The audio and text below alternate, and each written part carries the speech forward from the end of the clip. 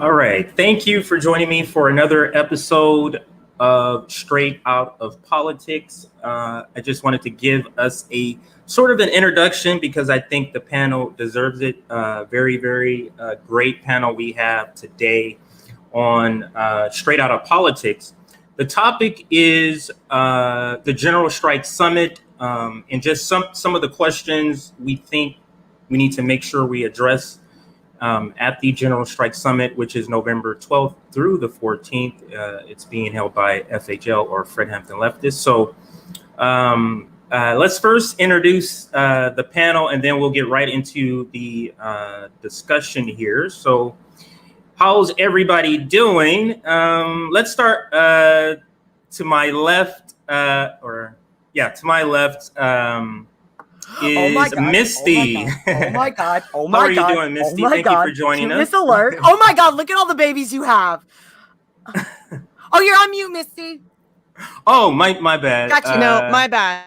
Yeah, sorry about that. That's Daryl. He's my grumpy old man. And then this, you wanted to see Jack, so here's Jack. Hi, Baby hello, Jack. you sweet one. Hello. Baby Jack. Oh, He's so cute. I think everyone wants to hear a little bit of the background. Like, how did you first get Jax? Okay, so we are kind of like a cat haven. Like I feed like strays. I can't help it. So my husband hates it, but yeah. So and then we like every once in a while we'll just get a new one. And Mama ended up having cats under our porch. And we found him, and they were fine. Like they had some you could tell they had some eye issues. But then she moved them, and I didn't see them for like a week and a half. And then I just found her again a couple days ago, and her eye is like obviously very infected. So it had been probably like 9, 10, 11 days since I had seen them. So I took her to Ohio State Veterinary Emergency Hospital. Unfortunately, she's going to lose the eye, but as long as she's kept as an indoor cat, she'll be fine. She should be great. They're a little worried just because she's so small. So like doing the surgery, Daryl's really annoying. I'm sorry, he's going to be. But yeah, they're worried about her size, but I think she'll be okay. She's really cute and energetic and fun. So, hopefully she'll be okay. She seems to really have taken to you. Like she's on you for all these pictures. She seems to absolutely be happy to call you guys home. Yeah. I'm also a cat lover. I have 2 cats. Yeah, I'm like a weird cat lady. I'm a weird cat lady. Their names are Tupac and Suge Knight. Tupac and Suge, yeah. No, I'm joking. Fluffy and Charlie. Fluffy and Charlie. So yeah, that's Misty, Comrade Misty, that's the my animal very lover. I mean, we all love animals, but she actually puts her money where her mouth is. To my right is my FHL brother, Nick. How you doing, Nick? What's up, CJ? Always good to jump on these shows, and there are a lot of things we got to discuss on here. So, and I love A1 on this panel, so this should be great. Absolutely. And then side by side, I'm gonna go outside of Liv. So Liv is right below me, and I'm gonna introduce the 2 outside of her because this is the 2 co-hosts for Punch Up podcast. We have Leila and Patrick. How are you 2 doing? I think you're muted. Lila's muted. Yeah. So I'll go. Stoked to be here. Thank you so much. I think this summit's really important. So I think it's great you guys are putting this together. And out of respect for the show, I kept my asshole cat outside because I'm a cat lover and a hater because he's the bane of my existence. A pain in the ass. Yeah, that's a nosy one. I love it. That's this guy. And Leila, tell us about your background. What is that your background says there? Yeah, that's my version of the eat the rich, tax the rich dress. Awesome. It's my performative allyship. Love it. I believe in, all of my shirts say like Medicare for all, and like I believe in performative stuff as long as it's backed up by actual action. So that can't be the only thing, right? Then it's not so much performative if it's backed up by action. Yeah, I love a shirt. Yeah. I have so many shirts. So I'm wearing my. Yeah, the thing is that people can't see it. I'm going to strip for you because I'm wearing a Medicare for all shirt. Never mind. I'm not going to. Sorry. I have a you're on mute. We've had many. You're on mute. I'm still on mute. No, we can hear you. That's my shirt. No. Garrett says you're on mute. All right, so stop day drinking. That's what I have to stop doing. Oh my God. let's go to another fellow FHL brother, JB, who has been so gracious to join us today. Usually he's not able to join, but I needed it. I wanted him to be on the show. I haven't had him on the show before. So JB, how you doing, sir? I'm doing all right. It's good to see you. Good to be with everybody. All right. And JP already warned us, like he's not having it, y'all, in the chats. He will on fire today. Right, he's not having it today. So, and then I left my. Just one thing. Go ahead. As many of you guys know, I had kidney dialysis today, and there better be 1,000 people in the chat live while we're doing this, because if I got my ass on do this show while I'm on dialysis because for my brother, exactly, y'all better make this worth it. So y'all share the link. Share the link. And drag everybody over to watch. Drag everybody over here. It's actually deeply important that we have this discussion, and people need to learn a little bit more so that we can actually make these things happen, because it's really ultimately about our lives. Our very lives are at stake if we don't do what we're talking about in this panel. So I appreciate and thank you, CJ, for having this and allowing us to be here to talk about this. It's a privilege. Absolutely. And thank you for being here. I didn't, want to mention that. Unless you wanted to mention that part about your dialysis. So, I just left that up to you. So, and then last but certainly not least, I left my now permanent co-host, for those that don't know, I announced that last week, Liv, right below me. How you doing, Liv? Y'all, oh my God, so happy and honored to be here. I am so excited and ready to talk General Strike Summit. Right on. All right, so let's jump right into it. So what I did is I asked everyone to kind of come to the panel with a question or a concern or something or a topic they feel that the general strike must cover or must address. So let's go ahead. Let's start with Leila. Leila, what concept, what question, or what concern do you feel the General Strike Summit should address? So, for me, I was thinking a lot about, my IATSE brothers and sisters are voting on a strike right now.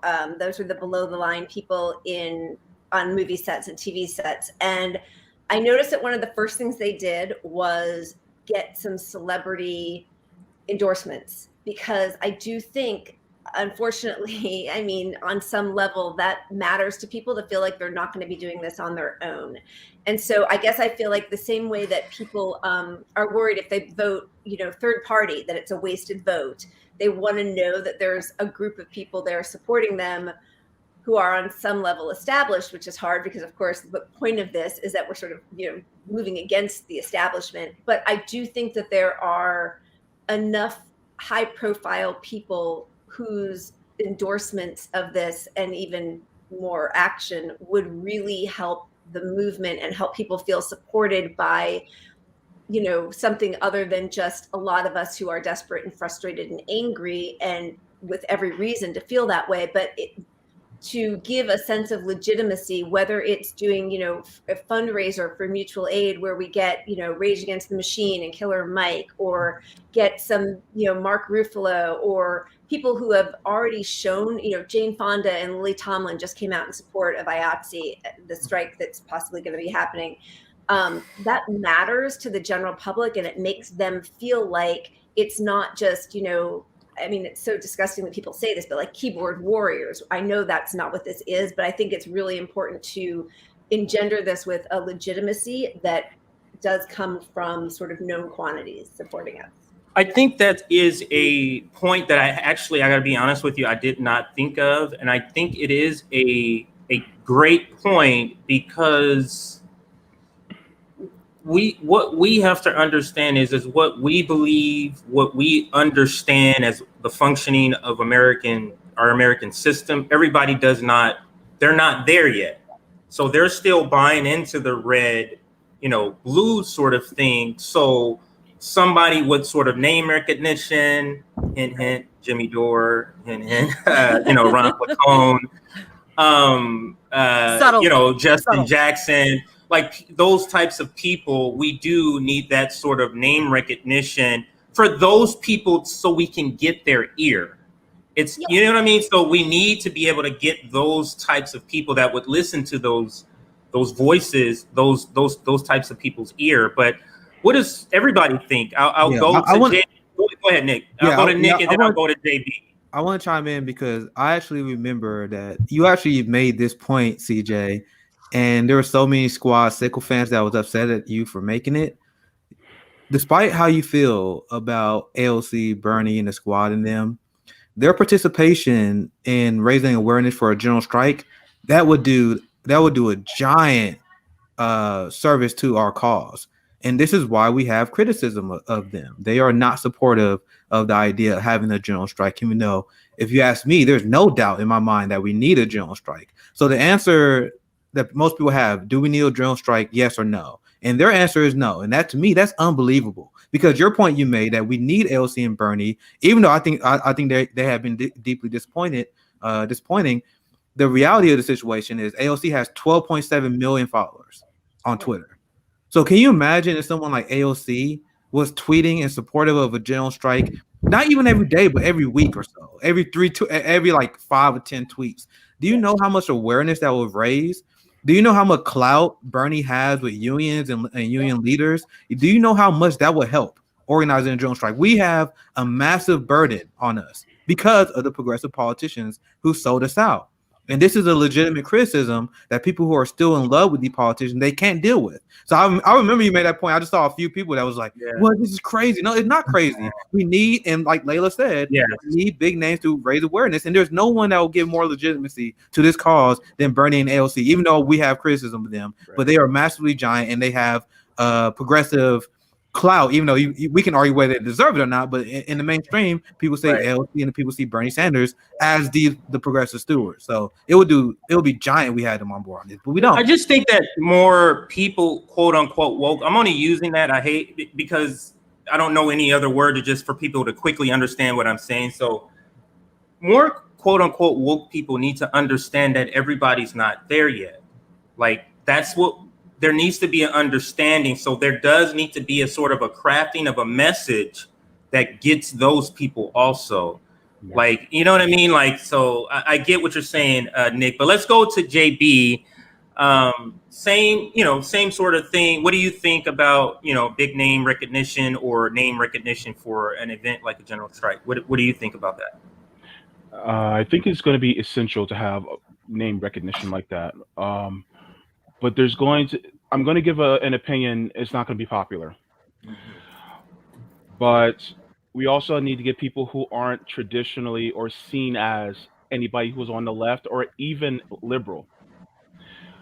I'm talking about people like maybe Joe Rogan, right? Yes.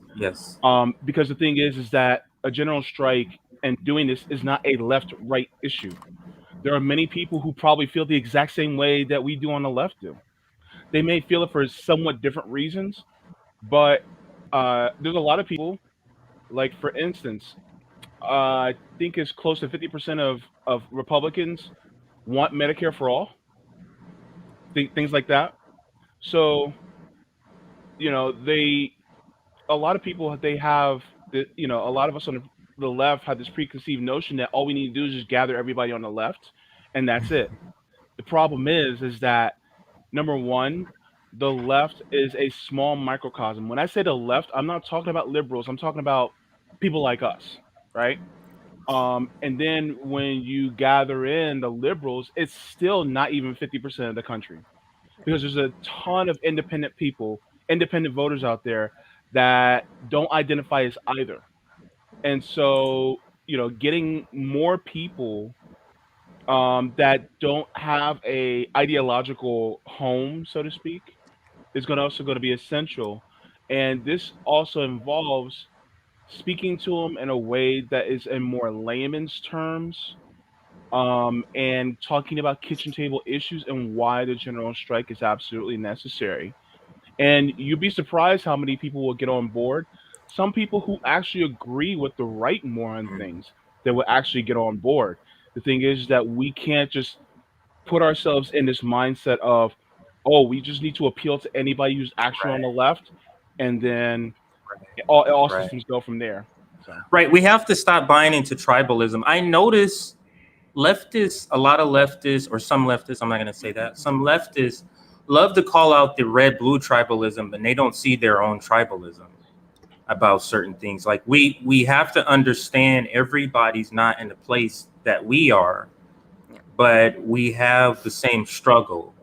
And I always said, the day that the urban population teams up with the rural population, like that's when I know this country can be saved. That's when we know like things can happen when those two groups team up. So let's go to Misty. And Misty, what do you think about this concept of, sort of big name people being needed as part of our coalition or any coalition? I mean, I don't know that it's necessarily the big names that are needed. It's just the platforms that are needed, because we're going to face an immense amount of censorship. I don't think anybody should be surprised to hear anybody say that.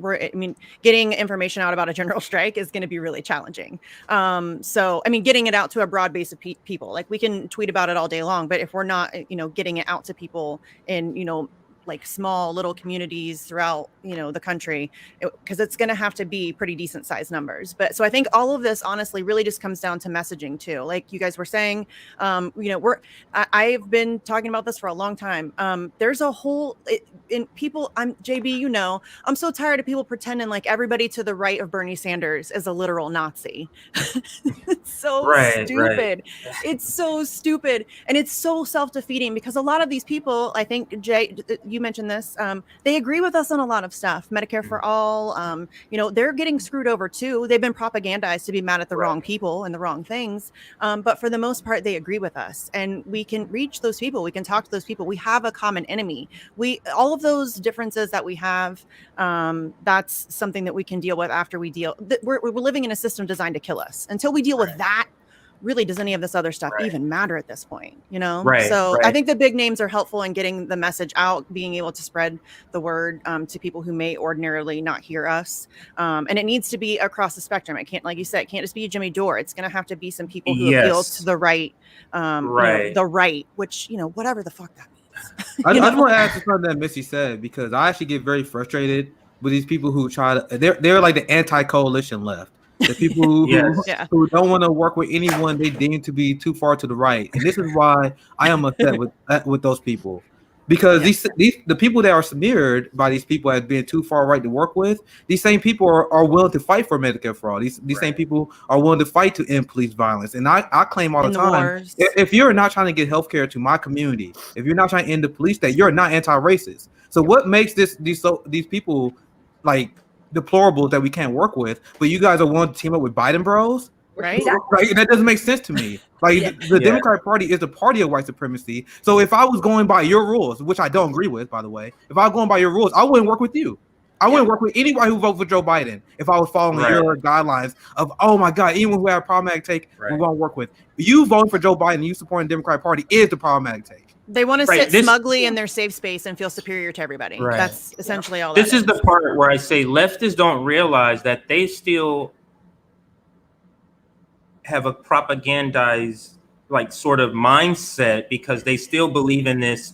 You don't agree with me, that's it. They don't. That's part of the red blue. That comes from the red blue duopoly. That's not how other governments is coalitions. It's parties. They work together on this legislation, and on a different legislation, they're opponents.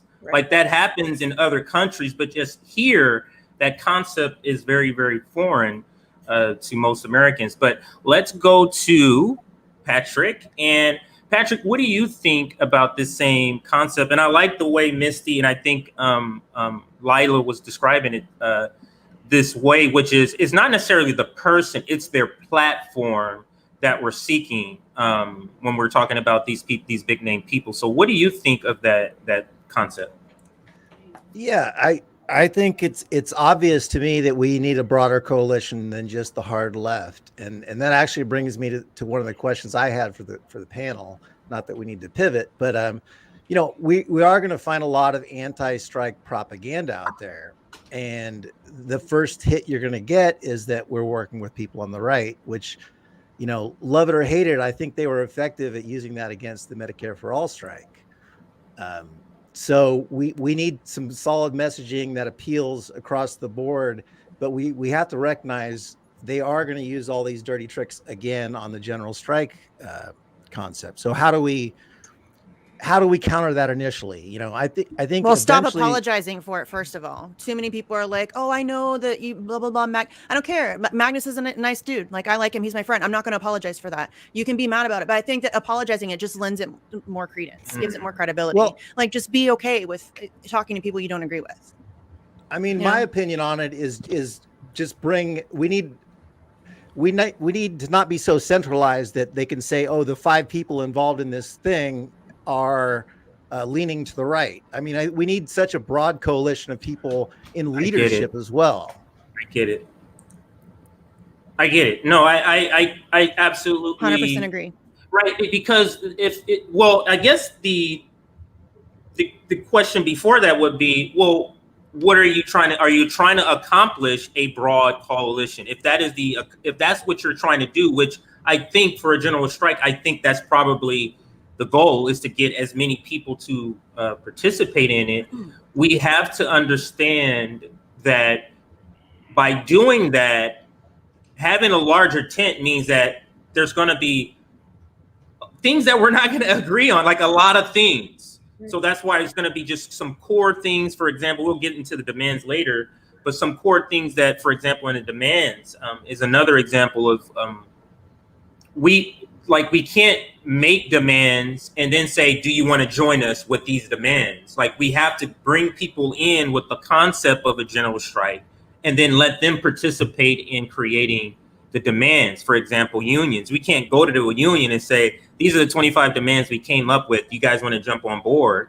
A union, with the power they have, knowing that we need them, are going to want to have an input in any sort of demands that they're going to say we're going to put our union on the line for.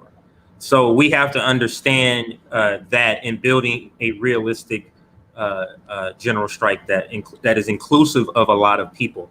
So let's go. Go ahead. Piggyback off of what Misty said real quick. Sure. We just got to challenge their BS. And that's what I've been doing. I've been doing it head first. I challenge their nonsense. We can just frame it like this. Why is it okay for neoliberal Democrats to work for Republicans to expand the war machine and expand the inhumane immigration policy, but us working with Republicans on getting health care? How is that unreasonable? So I'll put the onus on them. The onus on you is why I should trust you as a black man, despite the fact that you voted for a segregationist. I don't go on the defensive. I don't know if you guys know this. I never go on the defensive. I'm always on the offensive. So I'm not going to play your game. I'm just going to debunk you, and I'm going to do it in a pretty aggressive way. And we just need that message to be like hardcore coordinated. Like, you guys are backing up a racist, inhumane system.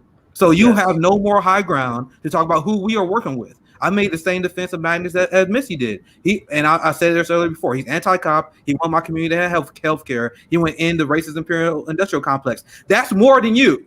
If you're a Democrat, that's more than you. And he's willing to get in the street to do it.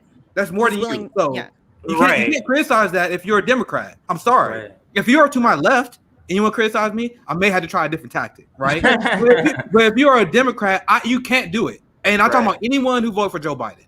Anyone who voted for Joe Biden, anyone who voted blue in the midterms, you can't use that against me. And we got to be aggressive with that. They're used to people, Nick, not having the ability to address it like you can. So they're used to being able to just say those one-liners and then thinking they just dunked on somebody walking out doing the George Jefferson. Reply, you know what they always do? Anything. You know, it never fails. They always go to tone policing at that point because I don't play the bullshit. They can't address the argument. I'm like, bro, I'm not going to play defensive. I'm going to go right offensive, and I'm going to expose how you dumb you are. And they're like, oh, socialism made it so mean. Like, this is how it goes, but I don't apologize for that. And that's got to be the message of what we're doing, because this is serious. This is this is very serious. The stuff we fight against is life or death stuff. But anyway, sorry, CJ, go ahead. No, that was fine. So let's bring in Liv. What do you think about what Leila has said about, big names, or maybe we can call it big platforms? That is a key part of what we need to have as a part of this coalition. What are your thoughts on that? I mean, I think it's key to get to as many people as possible, so it can't hurt to be getting on bigger platforms. That's great. But like everyone's saying right now, like it's really important to make note that for the general strike, this and mutual aid, that's going to be synonymous with it. This is a class struggle right now. Like, yes, of course, race. There's the intersectionalities of it, but this is the working class against the oppressive capitalist class right now. Against the ruling class. So like we are all together on this for the general strike and working with those issues, like talking to, for me, my mom and dad that voted for Biden, be like, do you see, like, what did you want from that? Like what, like my mom, like, why did you vote for Biden? Because the climate. Okay, well, do you see what has happened? Do you see it's actually gotten worse? Biden just said the report that said this is like, you know, the apocalypse is happening is not enough to stop drilling. So you need to like have those conversations and engage and point out like the wrongs of our society and offer alternatives, offer solutions, and or at least an alternative, you know, something that can be attainable through a general strike and all the ways of that, through mutual aid and all the ways of that, and working together. Again, so I also want to make this point. That doesn't mean when we talk about solidarity, yeah, and unity. No, we don't want unity. We want solidarity, because this is not an invitation to the racists and the transphobes and all those isms. This is not an invitation to that. It is an invitation to the uneducated to get educated and have a solution. But we need to engage in those conversations. And so, yeah, having big platforms is great. But my worry about that is like what we're seeing right now, like how the capitalization of it, like the new show, The Activist, like what the fuck? Like disgusting. Yeah, so it makes me scared that it will be corrupted, hijacked in some way. If the higher up it gets, the bigger we grow. That's why you stay decentralized. So decentralized. I think we should be still working with the grassroots approach right now. Like we're spreading out, working with like indie journalists, doing these kind of talks, working with other podcasters and everything like that. But like from, you know, the whole political spectrum. Again, please do not partner with white supremacists. They are not invited to the discussion. But we do need to have a conversation with white liberals who voted for Joe Biden and now think Joe Bush is like a hero. Like what? We need to talk to these people and have these conversations of the class struggles we are facing right now and how we can have a general strike and how we can revolt right now and get the systemic change that we are seeking. Absolutely. I wholeheartedly agree with what you're saying in that that approach. I do see a lot of good comments. I haven't seen anything really bad. So I guess, JV, the warning we gave everybody, they took seriously. But I do want to segue to Patrick's question because he kind of revealed it, but I want you to kind of restate it so that we can now talk about it with the panel. So Patrick, what is your question that you believe must be included in the general strike, or a question or an issue that needs to be addressed? Yeah, so I'm going to expand it a little bit. I mean, I really think countering the propaganda, we've seen how powerful the propaganda is still to this day. And I think that's key. So how we counter that propaganda is my question. But what I would like to say as a statement is that I really think there are lessons we can learn from electoral politics. I really think we have the potential for a huge grassroots volunteer movement. And I think bringing in things like phone banking for the general strike, leveraging, you know, the network that was Bernie supporters. And, you know, if we could get those lists and get them involved by getting AOC, Bernie, whatever, on board, that'd be great. But until then, we still have the capability of creating a volunteer network and putting them to use, getting out that messaging that's going to reach everybody, not just progressives. I think we need our own message to be as loud as the anti-message that we're going to get back, which is going to be, it's going to have all the money in the world behind it if this movement grows. Yeah, so the personal attacks, the character assassinations, all of that stuff is going to be coming, and I think the general strike, these are things that we do need to address. But let's go around the panel, and kind of just your thoughts on Patrick's question or concept or his statement. Let's go ahead and start with Liv this time, and then we'll go to Nick next. So Liv, can you restate that again, Patrick? Restate the question or the concept. Sorry, I just wanted to get on my soapbox for a minute and yell. I mean, I think, okay, so how do we leverage the potential we have with volunteers to be most effective to counter the propaganda messaging we're going to get is kind of the broad question. So how do we leverage the potential? Now, are you saying specifically economic leverage? Like, how do we as a group leverage economics? Or are you just saying, how do we leverage our numbers? Strictly from a messaging, how do we get our message out the most effectively to people that are going to be outside of this progressive world? Because we know we need to reach them. Even, when you're campaigning for Bernie, for example, you need to reach everybody. So you need phone banking, you need flyer drops, you need door knocking. This is what I was saying, I think it was yesterday on Misty show. Like, it needs to be a campaign, a campaign. It needs to be a million doors knocks where we're literally going through the same thing you would do. Nick knows this, like what you did for Bernie. Instead of talking about Bernie, you're talking about the general strike. That's what you're talking about. But I do think, we'll talk about this later, I do think it needs to come from a place of love. It needs to be like, we're here to help you. What's happening? This is going to feed into the mutual aid conversation.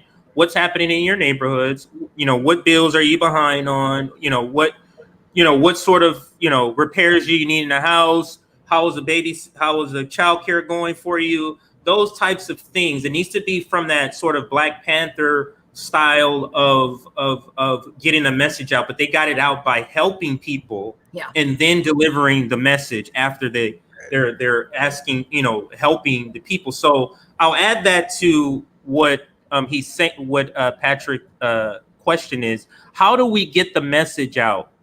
So I guess that's my answer, is how I would get out, just coming from a place of love. But let's go to Liv and then Nick. How do we combat the counter message to have our message just as loud as the people that's going to try to take us down? I think you all made great points, like between what Patrick's saying with phone banking, door knocking, and what CJ, what you said on the Misty show of like how we can get to more people. Because all I'm thinking about right now is like my canvassing days of when I had we'd have our meetings of like, this is our pitch and this is some of the common questions we face, and this is how you deal with that, and this is some more information, and getting educated yourself to spread more information. And then literally either standing out on the street trying to talk to people or going to people's doors. And now, of course, phone banking. And really talking to people, like what you're saying, CJ, like really reach to people, because you want to like, with this movement of love, like you want to reach to a sense of empathy and get to people like at their core, like what's troubling you? Like what are your issues? What do you need help with? And this is how we can help you. This is our general strike. This is our mutual aid fund. These are the resources available for you. This is so you connect with people on a really interpersonal level. And that really builds the foundation of trust and a relationship and a commitment to this movement that we're building. But yeah, I'm really just, it really just starts with initiating conversations, however you best feel that possible, whether it's, well, I think you have to take advantage of everything, utilizing your own social media platforms, talking to family and friends, volunteering with various organizations. Hopefully we can expand this general strike and mutual aid thing to be more decentralized, but have more organization amongst us all. So we could organize like Right. a million door knocking campaign and phone banking. So we got to get the grassroots volunteering organized into this as well. And that, you know, you just got to reach the people who are already involved and are already talking to other people. Absolutely. And who did I think I said Nick. So we'll go to Nick and then we'll go to Misty, then Leila. So Nick, what are your thoughts on, on Patrick's concept or question of how do we combat the counter message that we obviously are going to get from a lot of people or a lot of angles? Yeah, and what you guys mentioned before, I didn't really think about until now, but it's such a brilliant idea, treating organizing general strike and strikes in general the same way people will organize a campaign.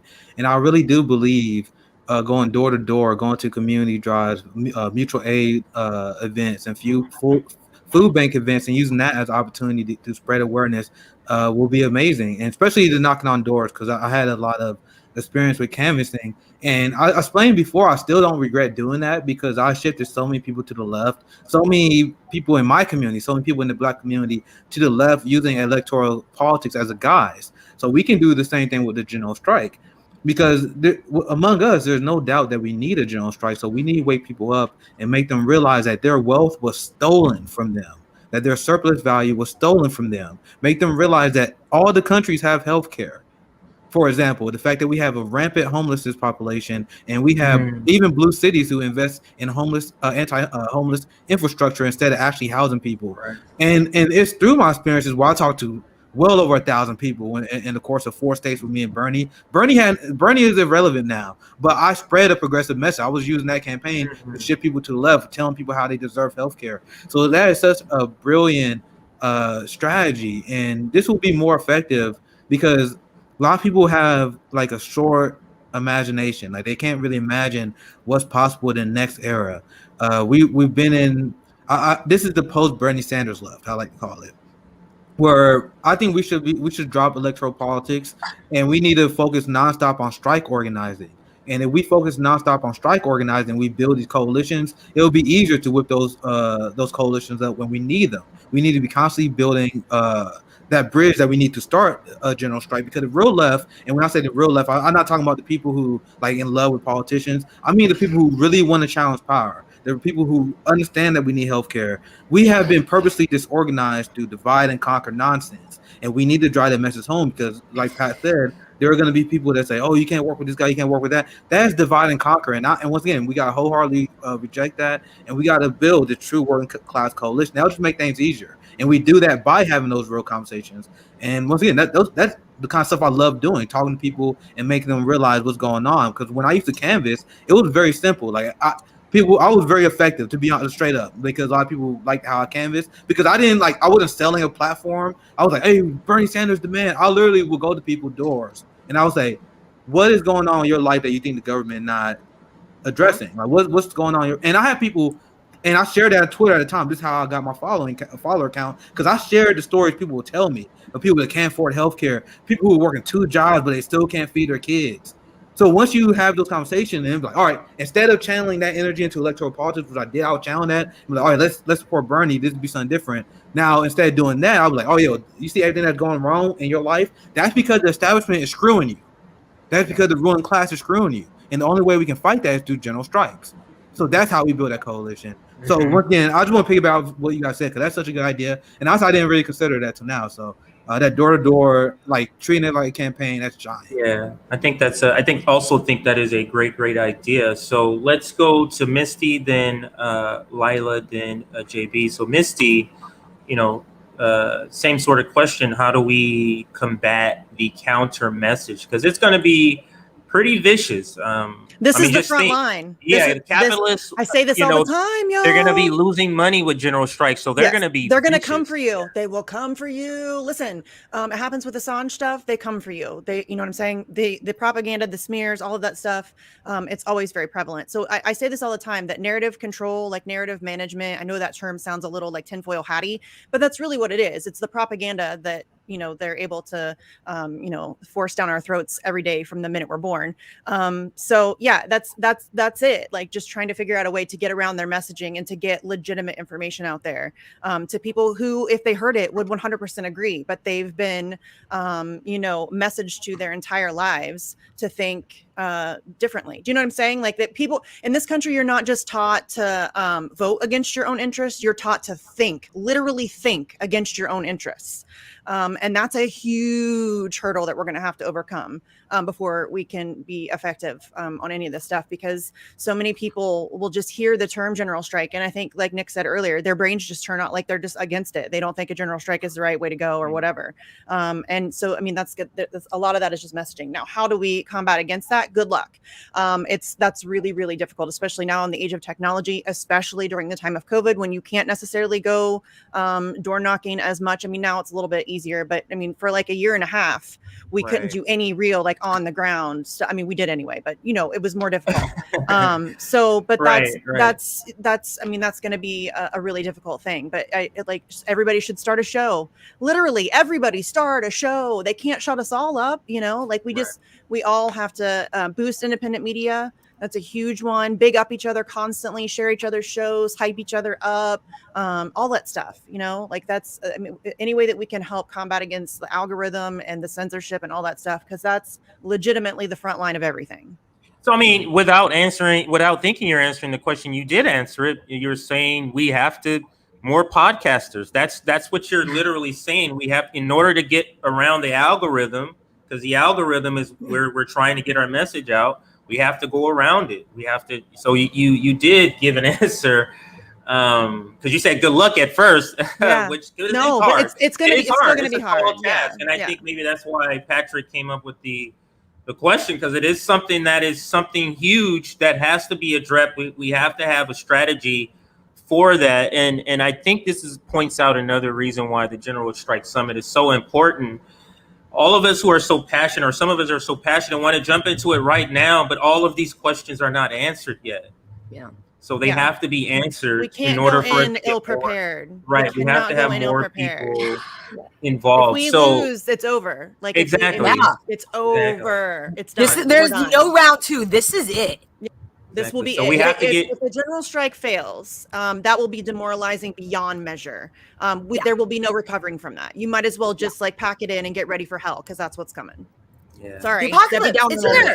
I'm a negative Nancy. Yeah. So let's. If people, I just want to add this real quick. If people think Misty is being dramatic, I'm not, but I am. No, I'm going to explain why she's not.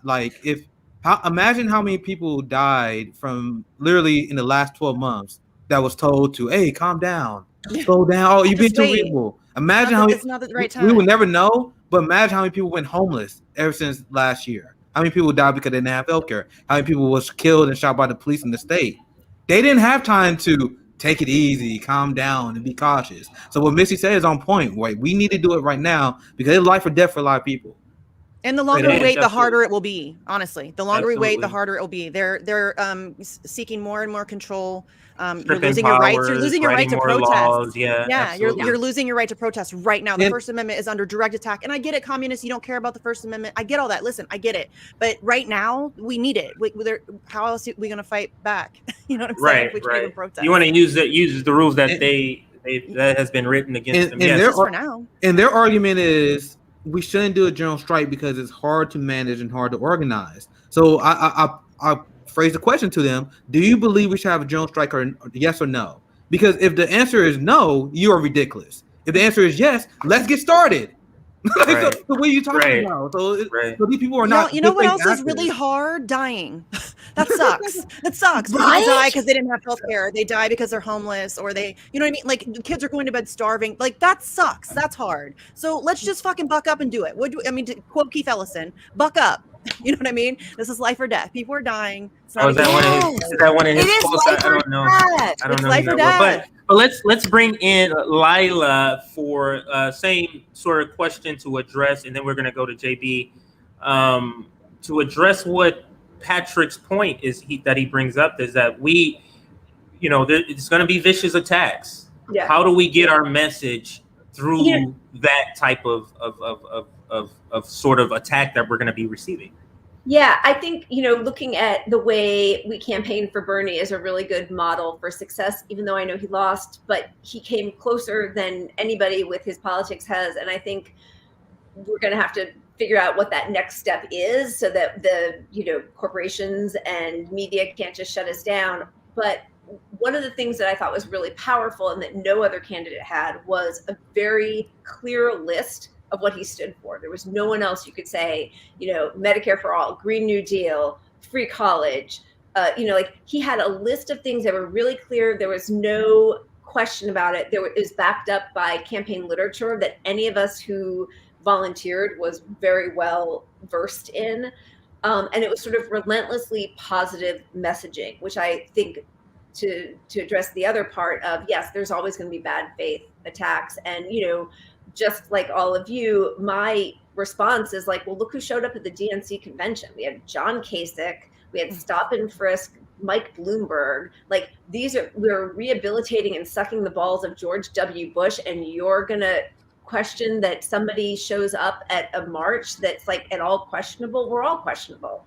So I think once we start dipping down and qualifying any of that, and yeah, I'm with all of you, like, of course we're not inviting racists or Nazis or anything, but like, if you go into anybody's history, you can find something that could be a detraction, right? And while I don't want to apologize for anything gross in somebody's background, I also think when we start getting mired down in that discourse, the opposition has won. So I think the way to combat it is just say, I'm focused on the policies. This is our demands, right? Like, so instead of policies, it's our demands. We have to have a really clear list of what we want to accomplish.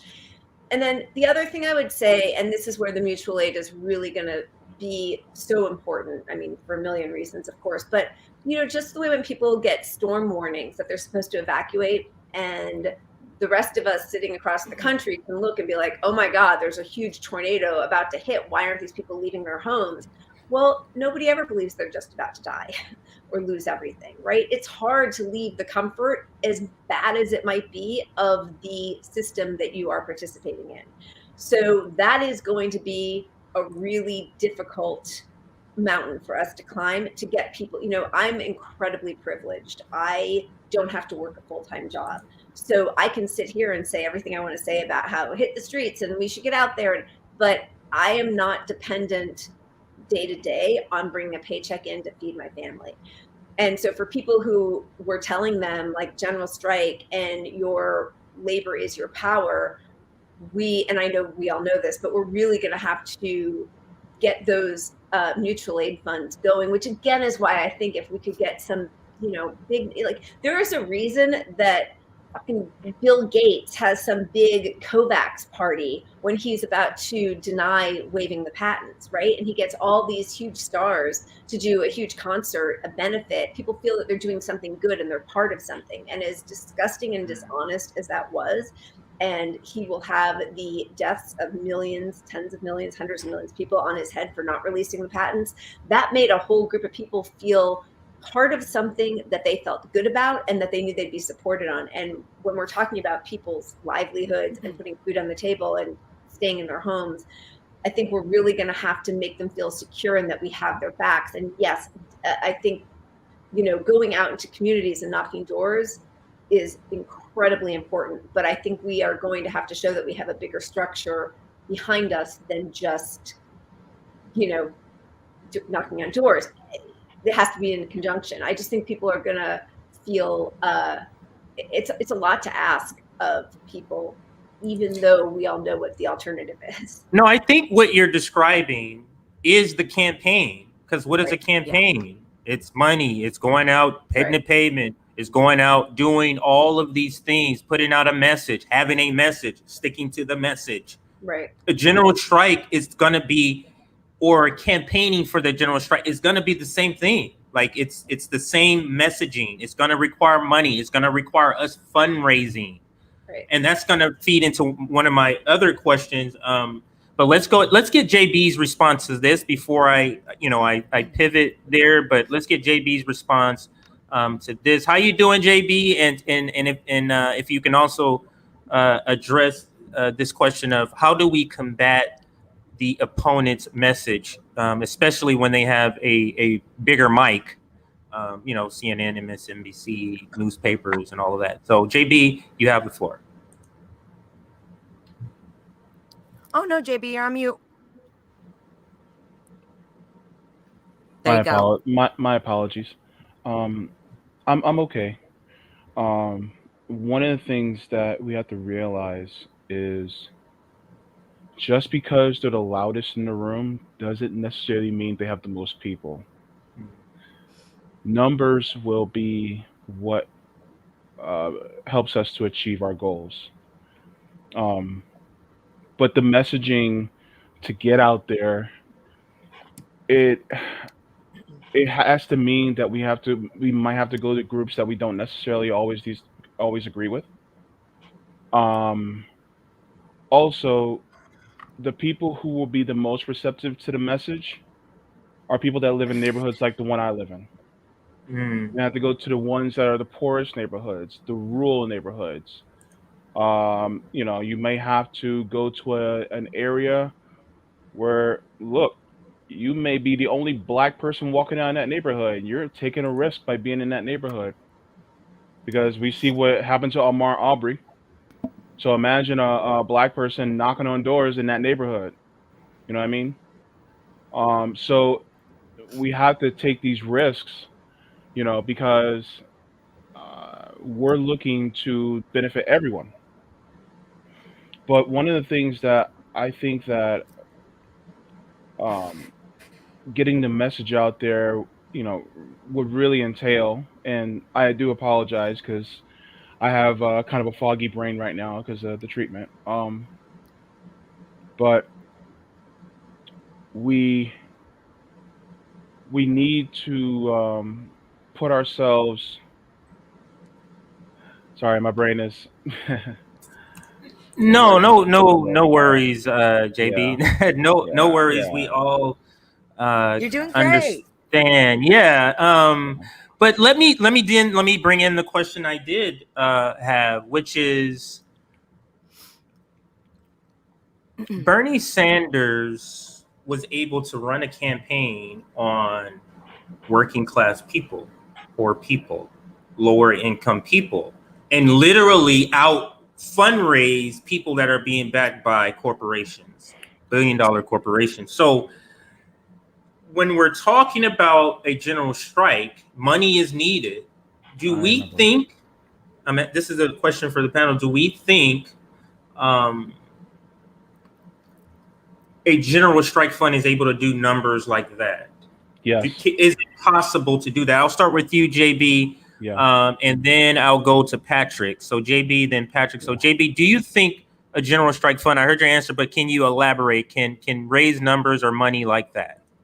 Yeah, because the thing is that we got to let people know that they have nothing to lose. Sometimes people don't know that they don't know that they don't have anything to lose until somebody actually lets them know, look, you have absolutely nothing to lose. And a lot of these people will be ones who, in 2 years or in 2024, they'll be the same ones that'll be willing to give it to a politician. Right. But, we'll be the ones saying, look, take that money, do not give it to a politician, contribute it to the general strike fund. Because the thing is that, and one of the things I think that we also need to do, and this got slipped out of my brain, but it's back now, is that we have to let people know that the mutual aid is there and available when they need it.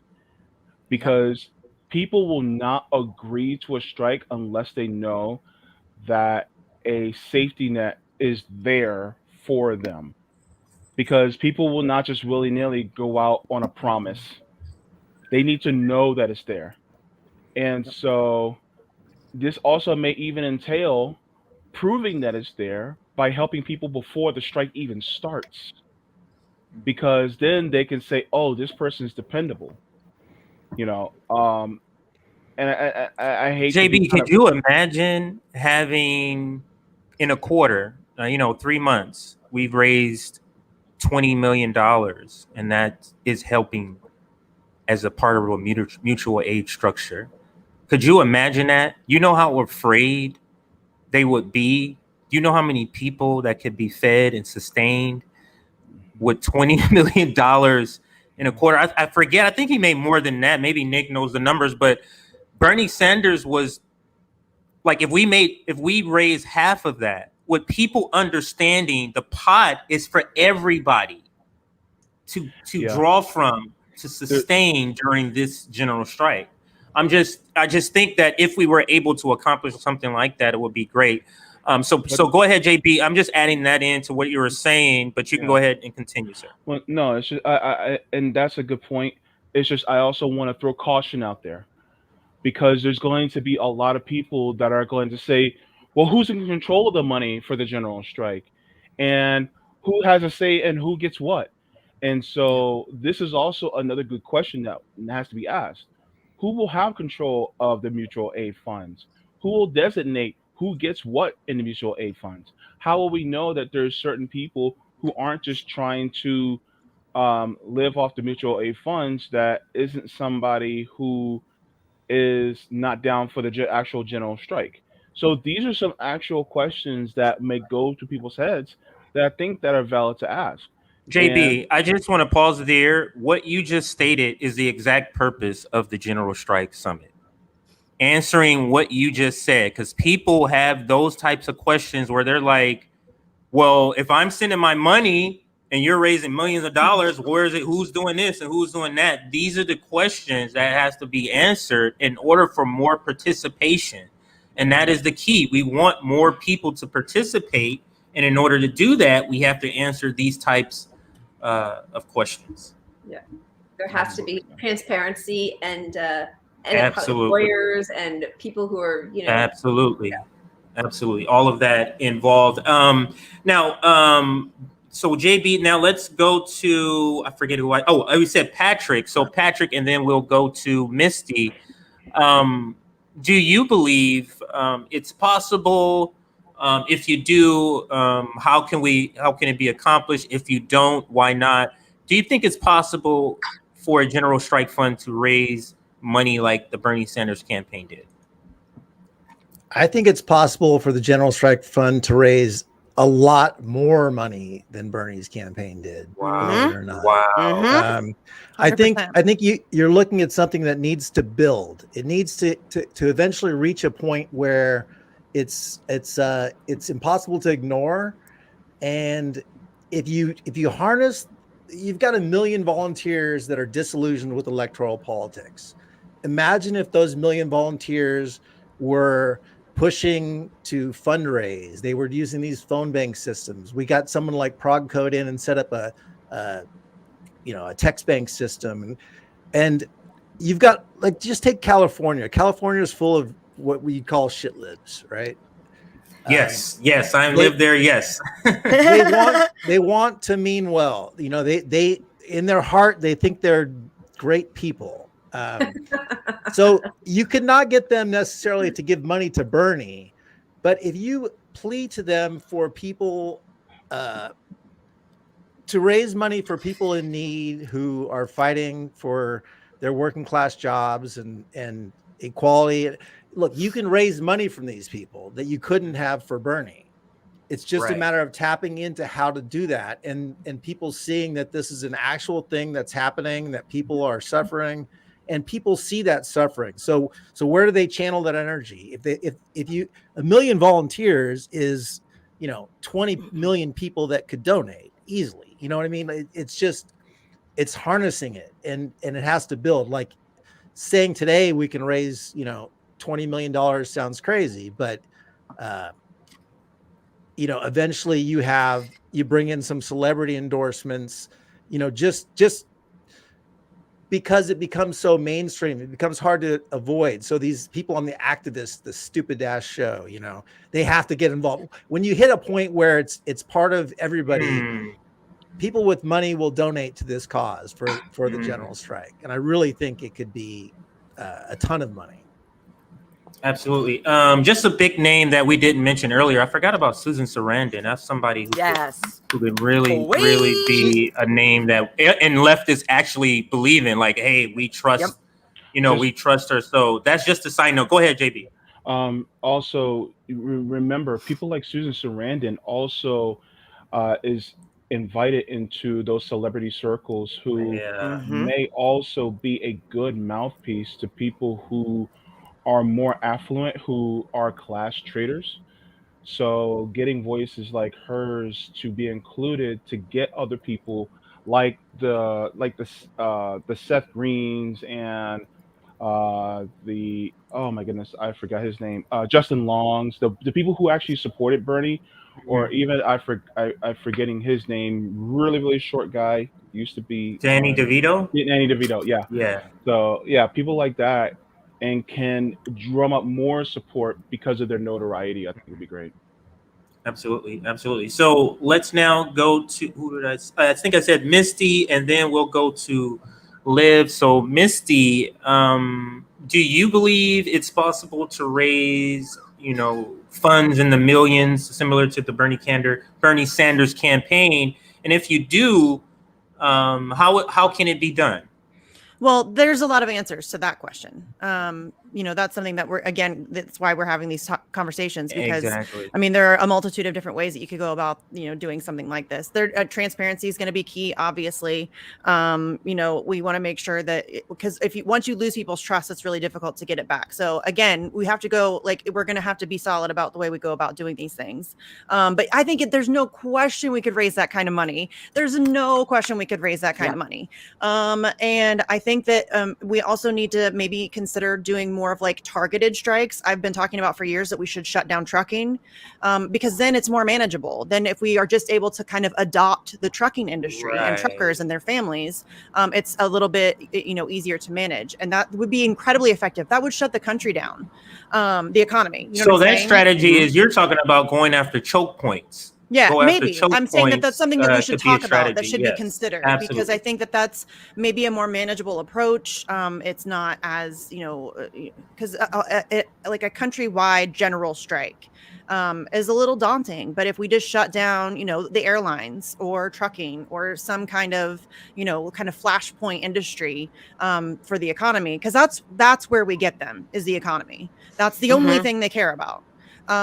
So that's where we have to go. And I think if we can just shut down trucking, I think that maybe we won't get everything that we want, but I think that would be like a good start. You know what I mean? It still has to be done properly. It still has to, we have to be smart and strategic and think about it and have these conversations and be solid before we even go in. But I think if we did that, I think it's definitely something that we should consider, in my opinion. That's just me. Absolutely. Absolutely. Liv, I think I said Liv, right? Yeah, Liv, and then Leila. Sometimes I get mixed up, and I'm going to leave Nick last for this particular question. So, Liv, what are your thoughts on raising money in the way that Bernie Sanders' campaign did for a general strike fund? What are your thoughts on that? I think it's absolutely possible. Anything is possible. And that is absolutely possible when the alternative is the end of humanity and this planet. So I think we can get people to, because my thing is, we got to get the general strike and mutual aid together. We got to get them. I'm looking at the October 15th strike page right now. There should be a mutual aid link there. There should be all these, and there's I get fired. So there's resources to give you for protections, but there should also totally be a mutual aid link, other resources. But having it, what you're talking about, who's going to be in charge of this money? If you're kind of centering it as a campaign, then we should somehow elect a treasurer or treasurers who are coordinating the money, or who are getting the applications for the aid, or however we want to manage distributing and managing the aid that we're doing. But everyone's saying, people need to trust that their safety net is there, and that it is something tangible. They can look and see there's the link, there's this resource that I can go to that gives me all the money. Because having to put yourself out there and do please give me money, that's really hard for a lot of people. And that's not how we're gonna win. We are gonna win by showing them you want the general strike? Here's the mutual aid that goes along with it.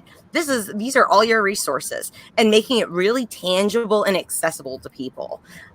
So I think I saw someone's doing like a general strike pack, a mutual aid pack. Like, we got to get this all coordinated together, and we can do that through the grassroots movements, through phone banking, if you feel comfortable doing door-to-door knocking, email blasts. We can coordinate this, because we got to start now. The October 15th strike is coming up. Like, this is the beginning. Like, we got to start now. And I would love to try and get a mutual aid a link established on that page before October 15th comes around, because if we want that strike, if, like Misty was saying, like, this is our last fucking chance, y'all. Like, there is no round two. There's no next selection. Like, this is it. We are done. This is the final countdown, and we need to make this like solid. So having a solid mutual aid pack, whatever we want to call it, that needs to be synonymous with this general strike, and we need to be promoting that just as much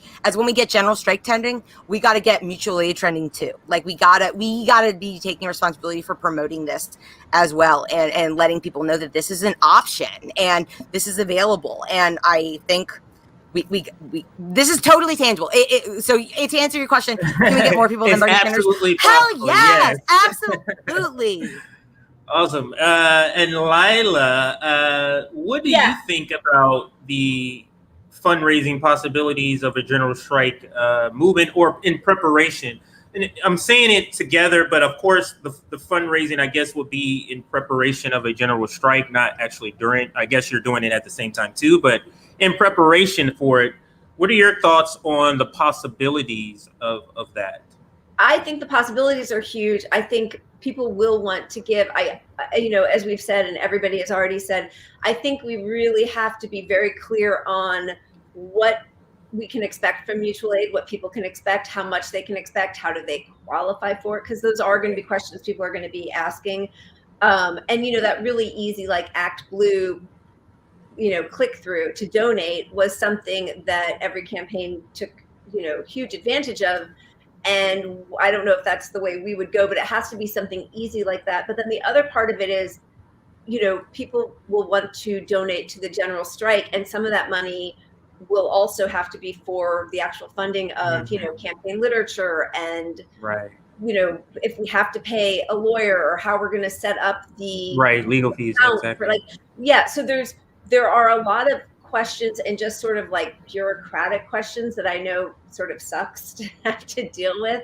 But I think that it's really important that we address those, as we've all said, really transparently and meticulously, so that those questions, that there's nothing gets lost in the commotion of it, and that we can kind of like dot our I's, cross our T's, because there's two separate things, right? There's like the movement, the people power, the emotion behind what we're doing, and the necessity of it. But then there's also sort of just the brass tacks of, hey, it's a family of four, and the mom and dad just had to leave their job to go on strike. And how are we tangibly going to help them with mutual aid? I think we have to really address all of those questions, so that when people donate, they feel assured that their money is going exactly to the places that they thought it would. But that's but yeah. And I think a couple of people, I know Misty said it several times, transparency will be key here. So let's bring in Nick to round this question out. I left you last because I like for you to hear a lot of times what other people say, but in particular, you've been on the ground. You've seen people, you've talked to people that would donate. So do you believe something like this was possible to raise numbers like the Bernie Sanders campaign did? Yeah, this is why our message that we've been putting out on Fred Hampton Leftists is so important, because I actually agree with Pat, because look at how much money Bernie Sanders raised. I know you was asking about it. I think they hit a peak of like $30 million in one quarter, And you guys got to understand that's just one small movement. that are like progressive Democrats and people who believe in the Bernie campaign. If we have our way and the potential of the general strike, we will bring people across all class lines. And class traders itself are very important. We talk about Susan Sarandon. That's why we all love her, because she's a brilliant class trader. But I'll be honest, you class traders got to put in a lot of work. And general strike is going to be a lot of sacrifice, and we need class traders to really help. Because I'm a poor working class proletariat person. I'm more than willing to donate, and we all can donate $5, and we can accomplish a lot. But this is why I don't like attack or trying to shame class traders. You see this a lot on the left. We're like, oh, look at your house, look at this guy, he's wealthy, he's leftist. That's the point. We want wealthy people to go against their class. So I think that will be important, and the message of not donating to politicians, because look how much money they've raised. Politicians raise so much money when they promise nothing to people. So if we can that means people can donate to politicians over the long haul, and we can continue to build awareness. We can get people to realize that these politicians are not working for you, especially as material conditions continue to worsen. And you highlighted a comment from Quaker Socialist. I know JB, CJ should be familiar with her because she's Yes. an amazing ally of Southampton leftist, and she run mutual aid. And when we actually had the General Strike Summit, the second weekend of November, we need to talk to people like Quaker, because she has like actual on the ground experience with mutual aid. Like, I'm very interested in hearing what Finney and Rome had to say, because I can always learn more. That's what the Jones Strike Summit is about. Us communicating ideas, learning more about how to have real powerful mutual aid systems, and people like Quaker, people like Finney, people like Rome, and then you have a lot of top tier economists that talk about mutual aid and the structures in those societies that Quaker socialists always raise awareness with. So when I have the summit, I would love to talk to people who have a very deep understanding and knowledge of how mutual aid systems work, so we can continue to educate people on that, because that's all we can do right now is educate, spread awareness, and make people understanding of the system, how it works, and having people who are experts. Like, I can read about it, and I do a lot of reading. That's why I'm able to do my show. But there's not time for me to talk. You know what I mean? I acknowledge that it's time for people who are that been in the fight and been actually on the ground organizing stuff directly. We need to let those people talk, and it's super important. Absolutely. So I did promise people on Twitter that we would cover some of the questions. So let's do that. Let's take a couple of minutes to do that before we go to the rest of the panel's questions before I forget. So I think, let me see. I think everybody can see this. Yep, you're good. Okay. All right. So how can I take that? Liv, can you take that comment off real quick? Yeah. Let's see. So I can make this bigger here. All right. So I'll so yeah, this was just the announcement and then the question. So let's get to some of the questions. So what I basically just said, if you have any questions or topics surrounding a general strike that you want this panel to address during the live stream, please post them here. So let's go through a couple.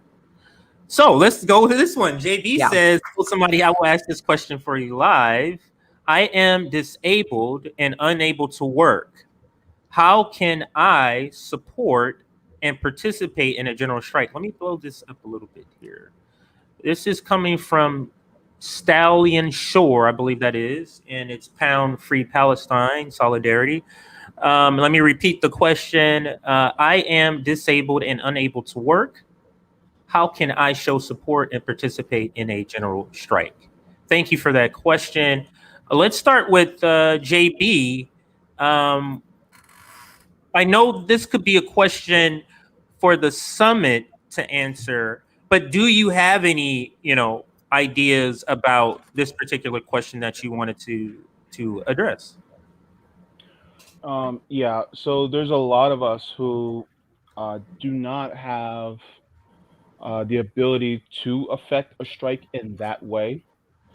However, there are many of us who we can um, there's many ways that we can show our support for the strike, and it doesn't necessarily have to be monetarily. Um, and I think one of the best questions to ask is, what non-monetary ways or what ways can we show support with, what skills are necessary for us in order to use for a general strike? It's kind of an open question, but I think that there's a lot of people who feel like they just have uh, they don't have much to do. They feel kind of useless. And for those of you who are in the same position as me, that may be disabled, don't have a job, things like that, um, you will not be useless in this strike. Everything that you do will also be valuable as well, because you will be part of the numbers for this as well. And so I could, I can easily answer the question of what can be done, but I want to save it for the strike summit. But Great. once we have that question answered, and I think this is an extremely valid question, that people who are disabled, bring them in for that Yep. General Strike Summit on the second weekend of November. Bring them in. If you know of somebody who wants to do something like that, have them tune in. And it's going to be over 3 days. All right. It's going to be a long summit, because the thing is, this is something that's extremely important. JB, what about for a general strike? Don't we need people online helping us get Yes. out the message for Yeah, those but who have the ability to get online? And we need stuff trending. We need people there's lots of things that people, a person Everybody can or do people something. that Everybody that can are do disabled. something. well, Yes. Everybody I is mean, valuable. I was gonna wait until the strike day answer that, Yeah, I'm because sorry. I already had that in mind. But I mean, if you guys want me to answer it now, I can answer it pretty clearly right now. Sure. I mean, why don't you give one or two ideas maybe, and Okay, then save the okay, rest for later. Yeah. okay, cool. So one of the things is, just like you said, um, you know, uh, a lot of you watching have an internet connection, Right. and so that's valuable as well. But even more than that, a lot of you also have people who may either live with you or take care of you, Mm. Yep. or helping to assist with you. What about the doctor's offices? What about, are you talking to people who may be techs in the hospital? What about the people who transport you in the hospital? Yeah. What about the people who are cleaning the hospitals? See what I mean? Also, just like you said, getting things trending, talking to people online, and it doesn't have to be people you don't know. It could be family members. Somebody was Mhm. telling me earlier, they were like, "Oh my God, you're still on Facebook? What the hell is wrong? Like, get out of there." They were trying to save my soul from Facebook. But the thing is that, number one, there's a lot of people who you can convert to the cause on Yeah. Facebook, because Oh they're yeah. sick and tired as well. Every single time you hear somebody complaining about their job or complaining about the system, bring this up. Bring Mhm. it up. Because the thing is that now you're planting that seed. Even if they may talk about, oh, well, I don't agree with it right now, it's planting a seed in their head. Mhm. And one more thing is that you have skills that you may not be able to provide monetarily, but could you watch somebody's kids while they're doing strikes? Could you, you know, if you're disabled but you can drive, can you drive somebody, to do what they need to do? Right. I mean, there's so many different things that you can do. I mean, you can direct people to more, like, like if you know of like a business that's like a co-op or something like that, direct people there, because we're not necessarily going to want to strike against people who are operating a co-op, because they're Right. basically doing the right thing. Right. So you can be like, look, don't go to Walmart or Amazon for this product. This place, they're a co-op. You can go there, and then Mhm. you can buy from them instead.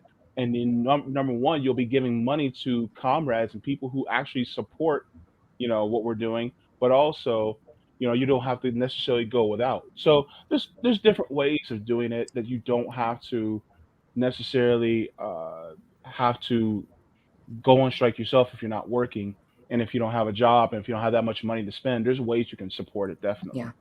Absolutely. Absolutely. So let's. That was a great answer to that question. Hopefully, that person is able to see your answer here. Let's go to another one. Can you invite Howie Hawkins? I think that's a good idea. Nick, JB, Patrick, I Leila, what do you think that's a good idea? I don't think it would hurt to hear from him. Yeah, not at all. Because there's some criticism of Howie.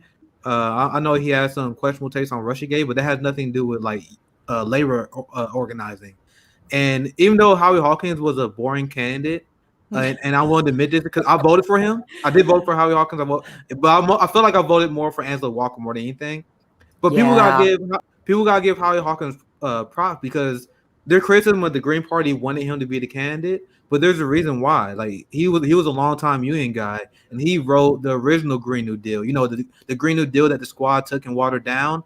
Howie Hawkins played a big part in writing and constructing that. So even though Howie Hawkins is a boring candidate, and he has a few takes he was wrong on, like he used to push Russiagate, for example, I think he still can bring something valuable in terms of the labor front. And what we want to do in terms of hearing a lot of opinions, I think inviting Howie would be a good idea if he's interested. Absolutely, I think too. Go ahead. On the Oring Bay, if you want to invite him. Wait, say that again.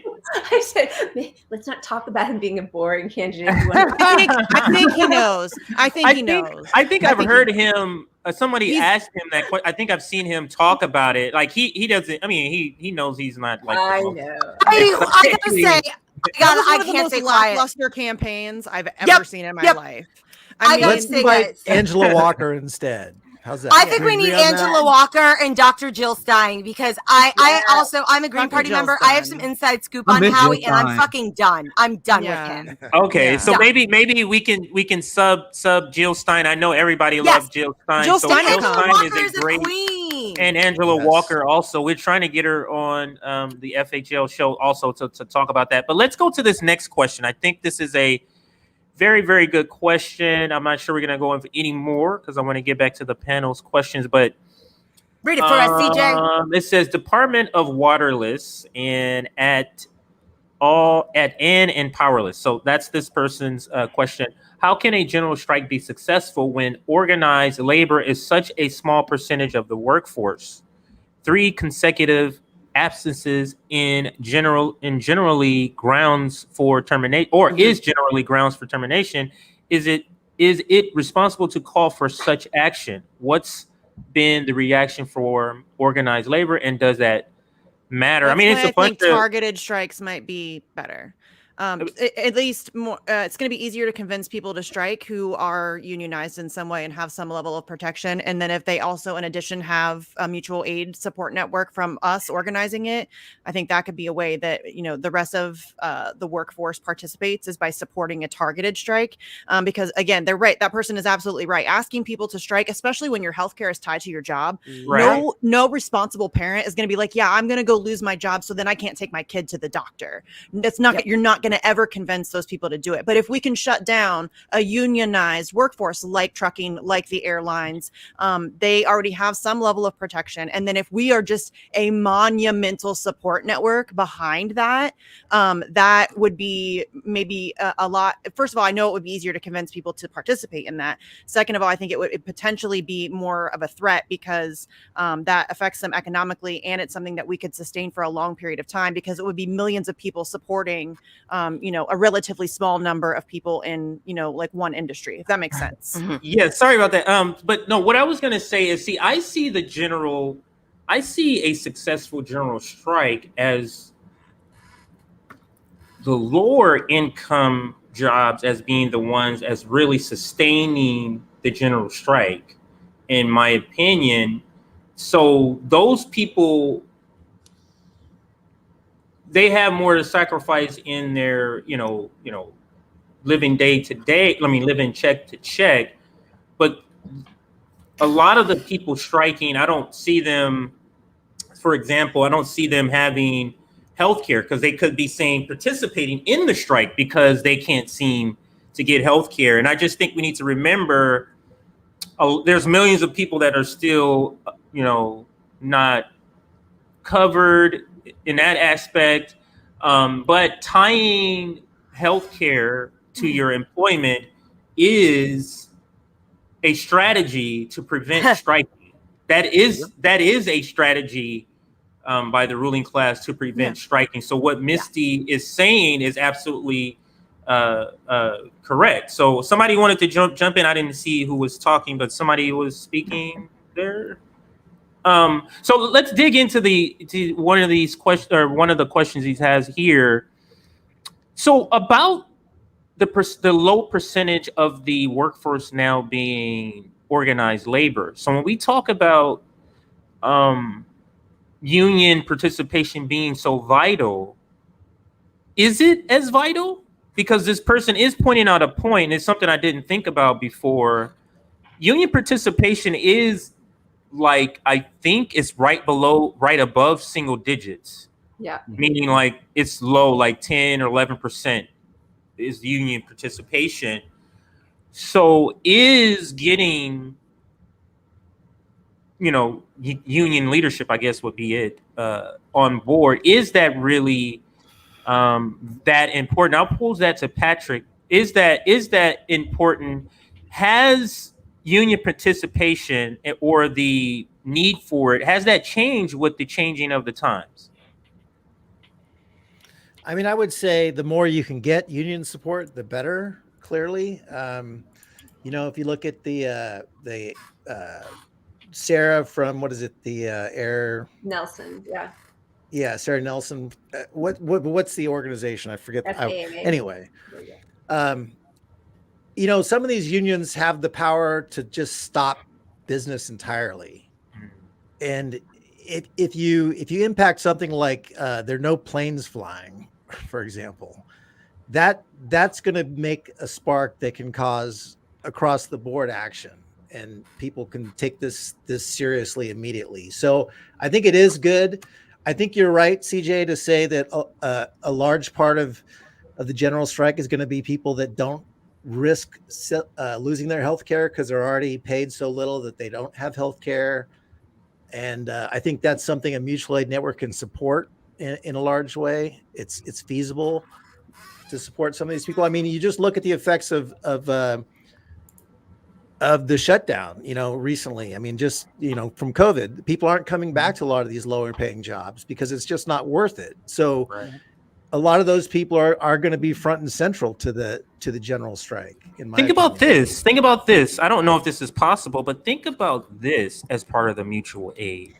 Going into these low paid communities and saying, hey, you don't have health care. How about we pay for your child to go get a checkup? How about we pay for you to go get a checkup? Yeah, it's cost $300, $400, right? But you haven't had one in 5 years. We pay for that and we take care of that. Like, I'm just saying, do you think that's possible to have a mutual aid structure where we're doing things like that? I think it is. And one thing, I don't know if we can extrapolate it to the scale we would need, but a lot of businesses are starting to partner with the healthcare. They're providing their own healthcare for their employees instead of adopting other plans to take out a middleman.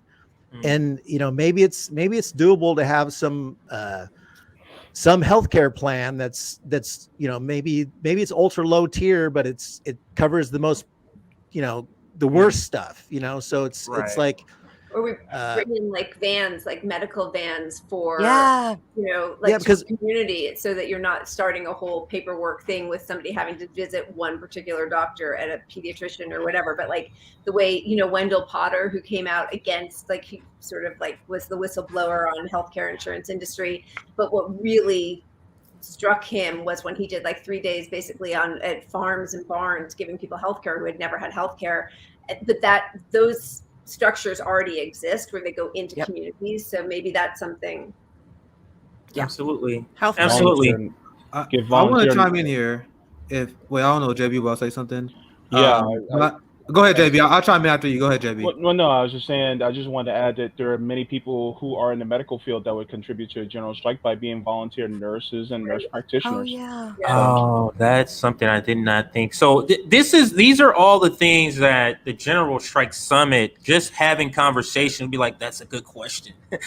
Or that's a good thing, a point. Like, we should have like a list, a master list, like 2,000 great points that, for it's literally probably will be that long. Just all the things that we have to take care of. But go ahead, Nick. What were you going to chime in with, sir? I want to chime in because I appreciate whoever let that comment, because I wanted to bring that up.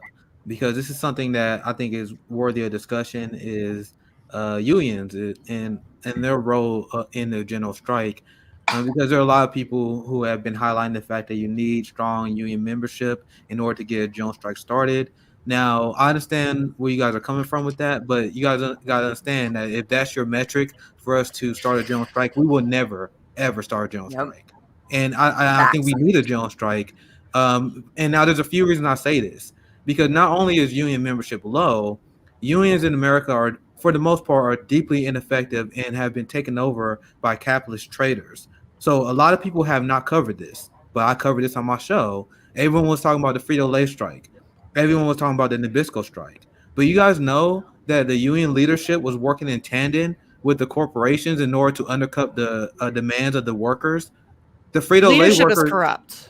Yes, right. Leadership's corrupt. That's And why when if you you said guys- we need leadership, no, we don't. And if you guys noticed, there was a lot of progressive outlets that covered the Frito-Lay strike, and they covered the Nabisco strike, but they didn't cover that part.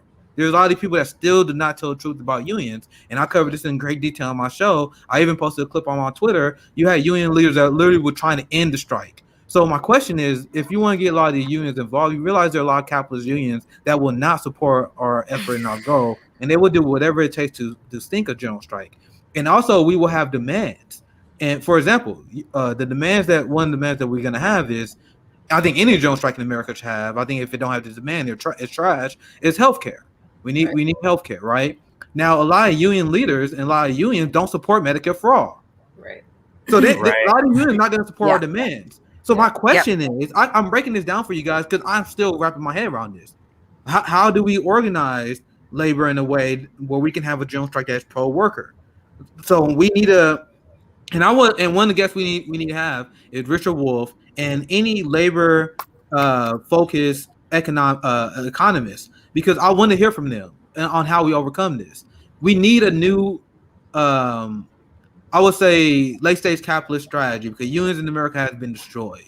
So we need to figure out a way to organize strikes, because I think the question of whether we should strike is 100% yes. So since we know that we should strike, we need to start discussing strategy on how to overcome the unions that will not only not back us, but they will actively sabotage us. I'm telling you guys, they will actively sabotage us. How do we overcome that? I have no idea right now. And that's why we need to invite professionals like Richard Wolff. And I want to ask them that. American unions are so fucked up right now where they are turning their back against the workers and they take them outside the management. So how can we overcome that? How can we win union support? How can we get the union workers to challenge their leadership so that doesn't happen? I have so many questions on that. And I wanted to bring that up anyway, but I commented for the most part. I guess I tossed it to the panel because I think this is something I will wrap my head around, and something that I want to focus on the General Strike Summit is how we overcome the failure of unions in this country, because they're hijacked by capitalists. But go ahead, CJ. Let's take a step back. With prelude to that question is, when people say we need union participation, what is it that the union is providing that people say a general strike need? And how can we get that without union leadership? You get what I'm saying? So if unions is the key to a general strike, if that's what we're saying, why is that? Is it because of the numbers? Is it because of particular industries that they work? Okay, if it's one of those or both, now how do we get those two things without going through union leadership? That's how we would, address that. Maybe it would be just, what is it that union participation does for a general strike, and how do we get that without union leadership? Well, unions make it easier because the union leaders are actually at the negotiation table. And the benefit of the union is that you have mass organization of the workers, all the workers that pay their union dues. So it allows them to coordinate a strike easy. So we need to find a way to coordinate the strike. So those two things you just said, like, how do we get that, like what you're bringing up right there? Yeah, and that's the hard part, because the unions, the reason why they're very beneficial, because the corporations are willing to sit down and talk to them. The problem is the capitalist class has adjusted for that decades ago. Right. and that's why I was talking about when the Nabisco strike, where you had, and actually the ones that, the Nabisco negotiations are still going on, but it's the same union that was responsible with the Frito-Lay strike, where they was meeting with the corporations like we want, but they was coordinating with the union, with the corporation leadership on how to end the strike. not to get more stuff for the workers. And that what a lot of people miss on that story. So they can get the meetings, but how do you get the meetings with the capitalist oligarchs and from the perspective of actually doing good for the worker? And that's something I would love to talk to. Like, once again, I mentioned Professor Richard Wolfgar. I had a lot of respect for him, but I'm sure there are a lot of other union-based economists that I can talk to and get answers. And that's what the General Strike Summit is for. But I talked back to the panel, but that's something I really want to highlight. That, and I know you want to bring their concerns. That actually was one of my. I was about to bring that, so I'm glad that comment highlighted that. So I'll talk to the panel from here. Well, I think that is something. I know we've talked about decentralizing, but if we don't have a few leaders to whom we bestow some power to enter these negotiations, I think that's something that Occupy Wall Street came under a lot of fire for, whether it was justified or not, but it was perceived that there wasn't a clear list of demands and a clear group of leaders who were speaking for the group. And I think without that, it does sort of become easily dismissible, and we will have to talk about. Leila, you bring up a great point. I'm sorry to interrupt you. Oh yeah, if you're telling me it's great point. No, you bring up a great point. Hang on a second. Now I just lost when you said that. Here, we'll come back to you. Keep going, Leila. Finish what you were saying, and then we'll come back to me. Yeah. Well, I mean, I do. So I think, finding who we want our leaders to be. I mean, this, if we're putting so much. I'm sorry. No, it was the caption. It was your caption behind you. So what do we do, Leila? How do we balance decentralization and having leaders that will go and negotiate? You get what I'm saying? Like, how do we be decentralized?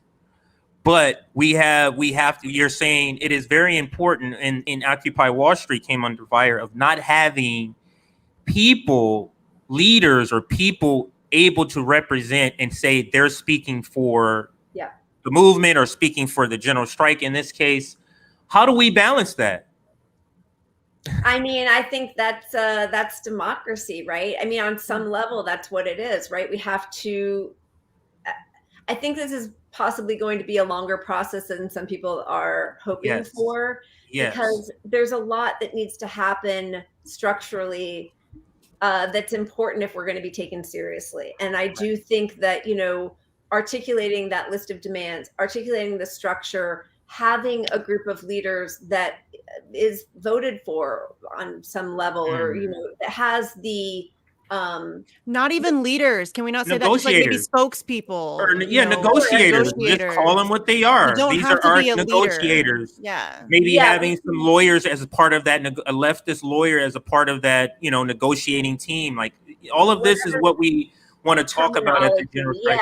Yeah, but it is important, because at the end of the day, it's not going to be however many, let's hope millions of us in a room with the people who are negotiating. Right. There has to be some chain of command, and if you don't want that language, whatever it is, negotiators, but there has to be some way of somebody who articulates what the masses have agreed to. I'm curious to know, Liv, what do you think about that particular question? Like, because I heard you particular bring up, decentralization a couple of times, and but Leila makes a good point that when it comes time to negotiate, we have to have people who have the power of the movement to be able to speak for us. So, like, how is that done? How would you suggest that's done?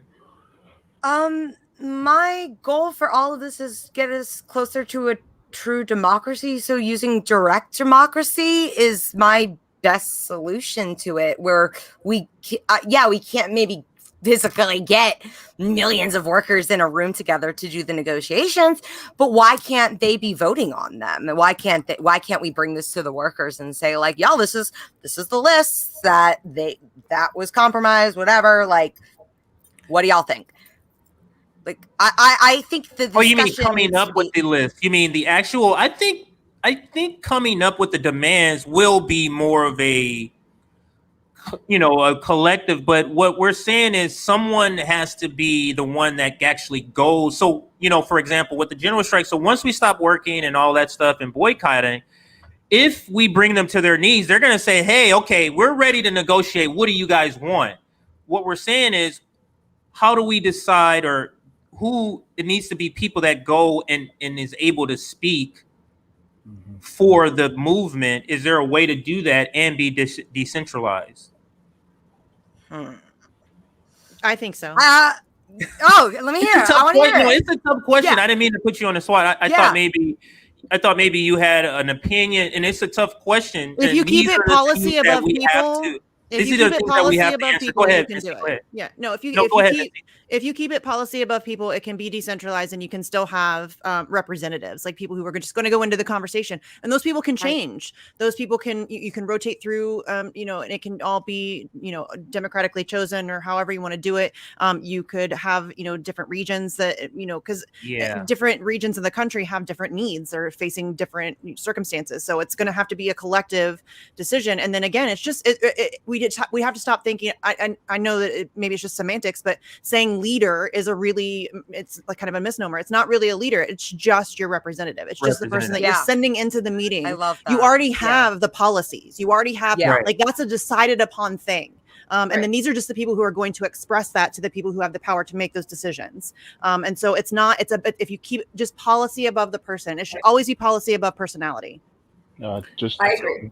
Go ahead, JB. I love what Human Love Solidarity said. They said make demand simple. And in conjunction with what Misty was saying, keep it at the policy level, policy above the personality, but make those policies so strong that even when it's negotiated, it'll be right when we want it. So demand $50 an hour. Do it. It sounds outlandish, but it's just like if you shoot for the stars, you might get the moon. So the thing is like instead of a single payer healthcare system, nationalize it all. No, we don't want single payer. We want national healthcare, just like the UK. And so when you go, you go hard and you go ham, so that to the point where even if they try to negotiate, it will be even further left than even what Bernie was trying to get. Yeah. You know what I mean? So we also have to have, when it comes to the negotiators, it needs to be people who are hard asses. We need assholes in this to be in that negotiating table. Ruthless humanitarians. That's what I call them. Yeah. Love it. Ruthless, radical, loving, compassionate people who say, you know what? No, we're not going to stand for that. If it's anything less than $30 an hour, we're walking away. You just negotiated, and they'd be willing to walk away. And, I'm just saying. I'm just giving an example. But I just want. Go ahead. Sorry, Nick. go ahead. No, go ahead, Nick. Go ahead. So I just want to piggyback because that's such an important point of keeping the ass simple. Why do you guys think the establishment was so terrified to defund the police? That's a very direct and simple ask that you can't fucking direct, you can fucking gaslight about. And this is why liberals was melting down. Like, oh, that's an ineffective slogan. No, it's not. We asking exactly what we want. And with that said, no sloganeering. We can't have any slogans. Like, fuck that shit. Everything needs to be concise. So I just wanted to piggyback on that. We shouldn't we shouldn't have any slogans on that goddamn demand. It should be straight to the point, exactly what we want. Not better life for all. No, that's fucking that's way too broad. Is a slogan. You don't want anything that they have any room to negotiate, and that's a great point because defund the police, and this is the reason why they wanted us to change it because they can't co-op defunds the police. Yeah, even stuff like healthcare is a human right. We need that too. I learned that we need to voice stuff like healthcare is a human right. Yes. The liberals took that too. They're like, healthcare is a human right. That's why we should have a public option. That's why we should. That's why we expand COBRA. It's like, no, we need Medicare for all or national healthcare system. Yeah. We can debate which one later. I think we should start Medicare for all, but that's my opinion. But we should be direct on by what we ask them with, right? Right. No, these are all great points. Now, what I wanted to do is kind of get back to some of your questions. We went over Patrick's. We went over Leila. Misty, what question did you have, or what concern or topic did you bring to the panel for this discussion. What's yours? Well, we've honestly kind of gone over it already. Obviously, just doing what I do, my biggest problem was how are we going to deal with media, getting information out, dealing with propaganda, all of that stuff. Because I think So that, media again, narrative for you, media narrative is key. not even just media narrative, but just being aware of what we're up against, being honest about what we're up against. Because like we've discussed multiple times throughout this discussion here, they're going to come for us. I mean, they're going to try to delegitimize the movement. They're going to try to discredit each and every one of us personally. They're going to try to infiltrate and co-opt. They'll do what they did to the March for Medicare for All. There will be some turd who infiltrates the graphics department and puts out some random graphic of some turd who isn't even coming to the thing, but then it's a PR nightmare, and all of that stuff's going to happen. And so I think that we have to be very mindful of what we're up against, and the fact that they will do anything. There is nothing that they will not do to stop this kind of a movement, to stop a legitimate people. I mean, look at the things that they've done that we know about. So I just think we just need to make sure that people are mindful and aware and honest with themselves about what we're up against, because it's not going to be easy. I cannot overstate how not easy this is going to be. Absolutely. Yeah. So since we kind of cover that, it was coupled with Patrick's question, then let's go to Nick's question. My thing is, we talk about the unions, because I told you I was about to bring that up, and I just dove right into it. Okay, so we did it. Okay. Yeah. So I think that's. I just want to make sure I'm covering everybody's question. I kind of felt like they would kind of overlap once we start talking about some of them. So it sounds like some of them have overlap. Now, Liv, did we kind of address the question or concern or topic that you brought? Kind of, because mine is about how to include every able body, every person, everybody, every single person, because every person is valuable, and we need everyone. This is, for all of us to get together to do this general strike. And I just wanted to point out some of the things that we talked about with like what demand should be and what you can do. Reading off the October 15th strike page, the goals are 25% corporate tax rate, no loopholes, free healthcare for all, 12 weeks paid paternity and maternity leave, 21 in minimum wage, which is fucking weak. It should, someone else said in the chat, we shouldn't do 50 because they won't take us seriously. Fuck, Dr. Richard Wolf said it should be, $44, I think. $46.12 with inflation. So 50 is the compromise. And 4-day work week and stricter environmental regulations on corporations, and then what you can do. So not just, striking in the streets or abstaining from going to work starting on October 15th. You can not participate in economic activities starting October 15th. Contact your local representatives to express our demands. Spread the word and inform your family, friends, and colleagues about the strike, and increase class consciousness by educating those around you through our Learn page. So again, some of the things we've all kind of mentioned, but I know some of the things we've said, like what are demands? Like these are the demands that are so far been proposed. So can you read some of those again? Can you read the some demands, of those? the goals? Yeah. Yeah. So the goals are 25% corporate tax rate, no loopholes, free healthcare for all, 12 weeks paid paternity and maternity leave, $20 minimum wage, 4-day work week, and stricter environmental regulations on corporations. That's very vague. Stricter environmental Very vague. regulations. It's very weak, y'all. It's very weak. So I think what negotiation everybody's starting reaction point. to this is the point that I want to talk about, which is what happens. Let me phrase it this way. So we can have 100 people at a general strike. Let's say that's the goal, 100. 50 so you're of talking like a physical strike in the street. Right.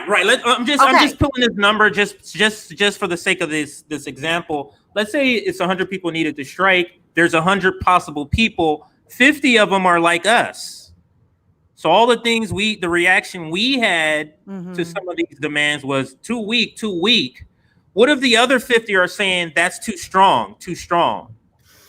Well, that's Like- why these like, you know what I'm conversations are saying? Like, important. what- Yeah. Yes, you gotta educate. That's What why, okay, point- can we slow down just a little bit? Because here's the thing. The number one most important thing that you can be doing, and this is just my opinion, is talk to people. And go talk to your neighbors, your friends, the people that go to the Friday night football game at your high Your school. Whatever it is, community. go out. And I'm not talking about just the people who think like you and who agree with you on every single issue. Are you going to like take a questionnaire around and have them fill it out before you agree to a conversation? No, of course not. Talk to Trump voters, talk to people who are on the right, talk to people who, you know, you may not like really, but I mean, if people are afraid, Misty, to talk because know. they've been so conditioned to think that they're going to be looked at as some sort of traitor. cares? Oh, you're a Trump. I deal with it all the Some time. people It's care, fine. and that's what I'm saying. Like some people, like all of us, I think, kind of have strong personalities where, like peer pressure. Literally, since 5 years old, I was brushing peer pressure off. Like never worked on me, but for some people, it does. And I think people like us or people that have a stronger personality need to reach out to those people and help them be stronger. What are some of your suggestions for that? Me? For that, yeah, for a person that may not be as strong. Well, You know, I mean, it's not for everybody, and I'm not asking anybody to do anything that they're uncomfortable with personally. If you are uncomfortable talking to a Trump voter who may be casually racist, that's okay. Like that, I get it. I hope that one day you can get to a point where you can just have a conversation with somebody.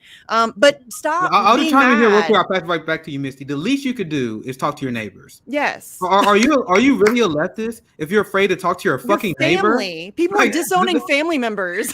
Yeah, the whole point of being left is that you want to build community. So I'm not even saying that you gotta go talk to MAGA and Trumpers. If you don't live next to MAGA and Trumpers, talk to your fucking neighbor, who most likely is apolitical. But sorry, Misty, I'll let you continue. I just want to add that. No, but that's a great point though, and it's just a conversation. Just come at. They're human. A lot of these people are they're good people. Listen, I live in small town Ohio. I'm surrounded by Trump voters. Okay, and they're generally not bad people. They're hardworking people who have been screwed over by the system too. They've just been propagandized by Fox News instead of MSNBC. Right. That's all it is, and that's all that is just education and just having conversations over and over and over again with these people. I have experienced it personally. Like I've been able, and it's sometimes it's a long haul. Like sometimes it's hundreds of conversations with somebody, and then okay, yeah, now I agree with Medicare for all. But that's what you have to do. And I'm so tired of people pretending like that's something to be scorned or looked down upon. That you want to talk to somebody who has maybe has a different perspective than you on certain issues. That's ridiculous. Be a grown up. Have conversations. Again, that doesn't mean go on vacation with a literal Nazi. Right. I've never said that. But there's a lot of people in between you and a literal Nazi. And Right. there are people in there who could be you- reaching. You know the people who usually get mad at you and get mad at me? I peeped this. I looked at their location. It's always the same thing. These people are in New York. They're in California in deep blue districts. So they have absolutely no experience talking to conservatives. None. So they think every single conservative is like Ben Shapiro and Candace Owens. Because a lot of these people watch like TYT and Majority Report, and they all constantly talk about Dave Rubin and Ben Shapiro. They constantly fearmonger over like Tucker Carlson and other conservatives, like Janine Pirro, like these crazy conservatives. So these people that live in deep blue states, the people who live in New York, California, or any deep blue district that you can think of, they have no real conversation with conservatives, so they assume all of them are beyond the pale. Well, Meanwhile, and that's just like conservatives who think Nancy Pelosi's a leftist. Exactly. You know what I mean? They have no idea. Exactly. And And Misty, you AOC just said is you their talk to Trump savior. supporters all the time. I sold cars in Kansas. Do you guys understand how many conservatives I talk to about politics? And I talk to them like, damn, that dude not even that bad. And then I would joke with them. I'm like, bro, why you vote for Trump, bro? You want healthcare. And then we had a conversation, and they're like, well, Barack Obama stuff too. I'm like, yeah, he does. Fuck him. And then we start making ground. And I kind of joke with them like, man, you want to increase the minimum wage? You want to end the war? Why you support Trump, bro? You're not for that shit. And they're like, yeah, man, that's kind of. And then It's the kind of thing you edge a at team people. mentality. And Nick, it's the same thing Yeah. out here in the part of California where I'm near, because Orange County is probably one of the most conservative. I think the conservative place in California, which is like 10 minutes from me. It's Trump people everywhere in Orange County.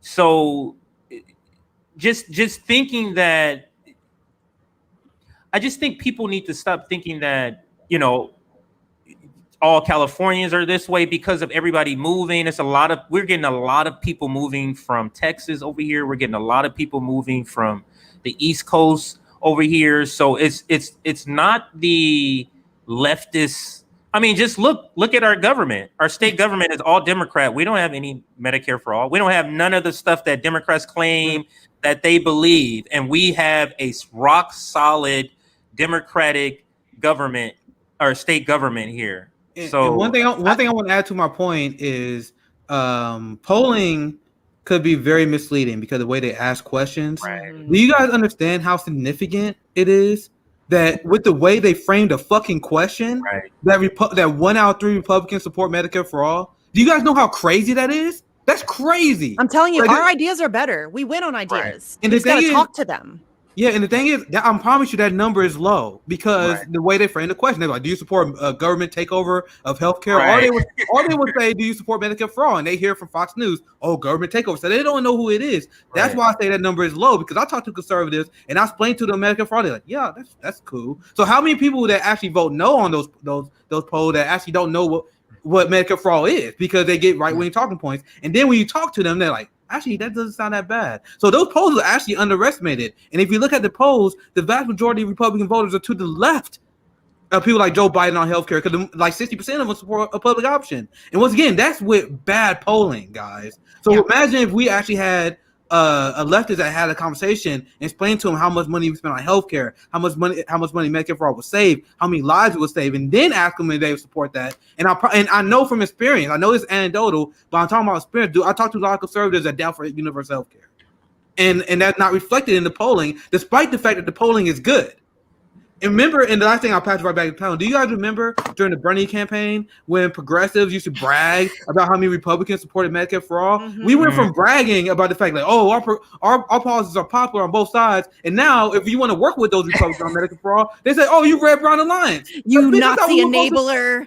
I thought we Red supposed to be. Brown. I thought that was a good thing. You know what I mean? I thought the point was that we supposed to win over Republicans and rednecks for Medicare for all. Now we Red Brown for flowing the idea that these people are going to help us get it. Nick, why do you love Nazi? Like, JB, JB, I love you. That's the JB lean. We call that the JB lean. Yeah, JB be getting me When a fired good up. point is being made, that's what he does. That's the JB lean. Bro, JB get me fired up when you do that. I'm like, man, let's go.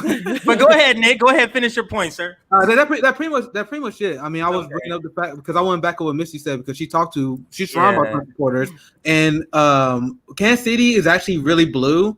But we all shit live blue, Right. and then we neighbor Kansas, and Kansas is extremely right wing. If you go like 5 miles out of Kansas City, you in like fucking KKK area. There was KKK rallies that reported like 15 minutes where I live. So and once again, these are the people I conversate with when I was in sales because I had no choice. I wasn't in my neighborhood. I was in Overland Park with a ton of fucking white people, all of them Republicans because that's a deep red area. And I was talking to these people, and I got them to support Medicare for all. Well, can I just add something to this? Because go ahead. I think here's the thing.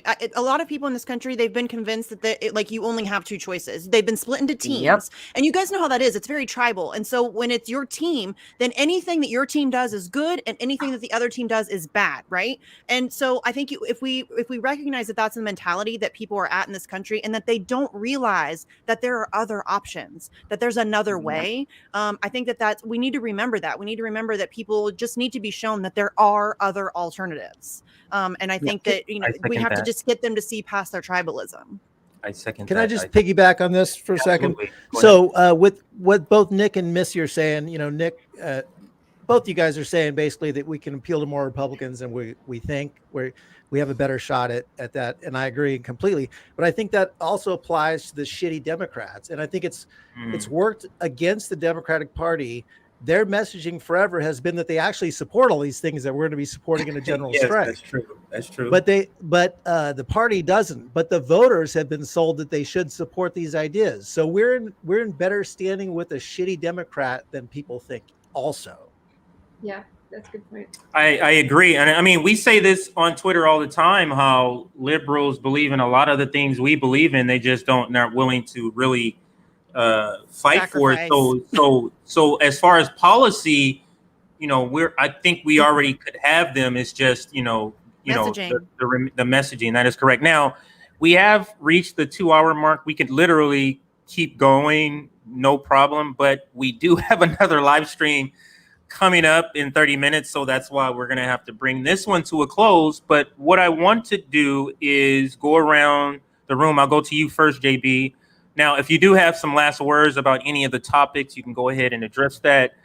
But if you don't, just tell us what you got coming up, your next show, what you're doing, your thoughts on the General Strike Summit, and then we'll go ahead and end this live stream. So we'll start with JB, and then we'll go to Misty. Okay. Thanks for having me here. Thanks to everybody for being with us. I also want to give a shout out to Rob Durden. He's in the chat. I interviewed him on Sunday, and we had a great conversation. And also, he also has a great channel on YouTube as well. And look, if you're on the fence about a general strike, ask yourself this question: what other alternative is better? And if you have a better alternative, please let us know. But for now, if you don't have a better alternative, this is what we got. Because it's either this or it's going to be a violent revolution. Which one would you rather have? I'd rather have a general strike first to see where it goes. A lot of people rather, because it's kind of like people are kind of hesitant because they kind of feel like, oh, it's not going to work. But it's like, it's only not going to work if you don't participate. It's just like with the Green Party. People downplay the Green Party all the time. And then we're like, the only reason why it fails is because you're believing all the BS and you're not participating.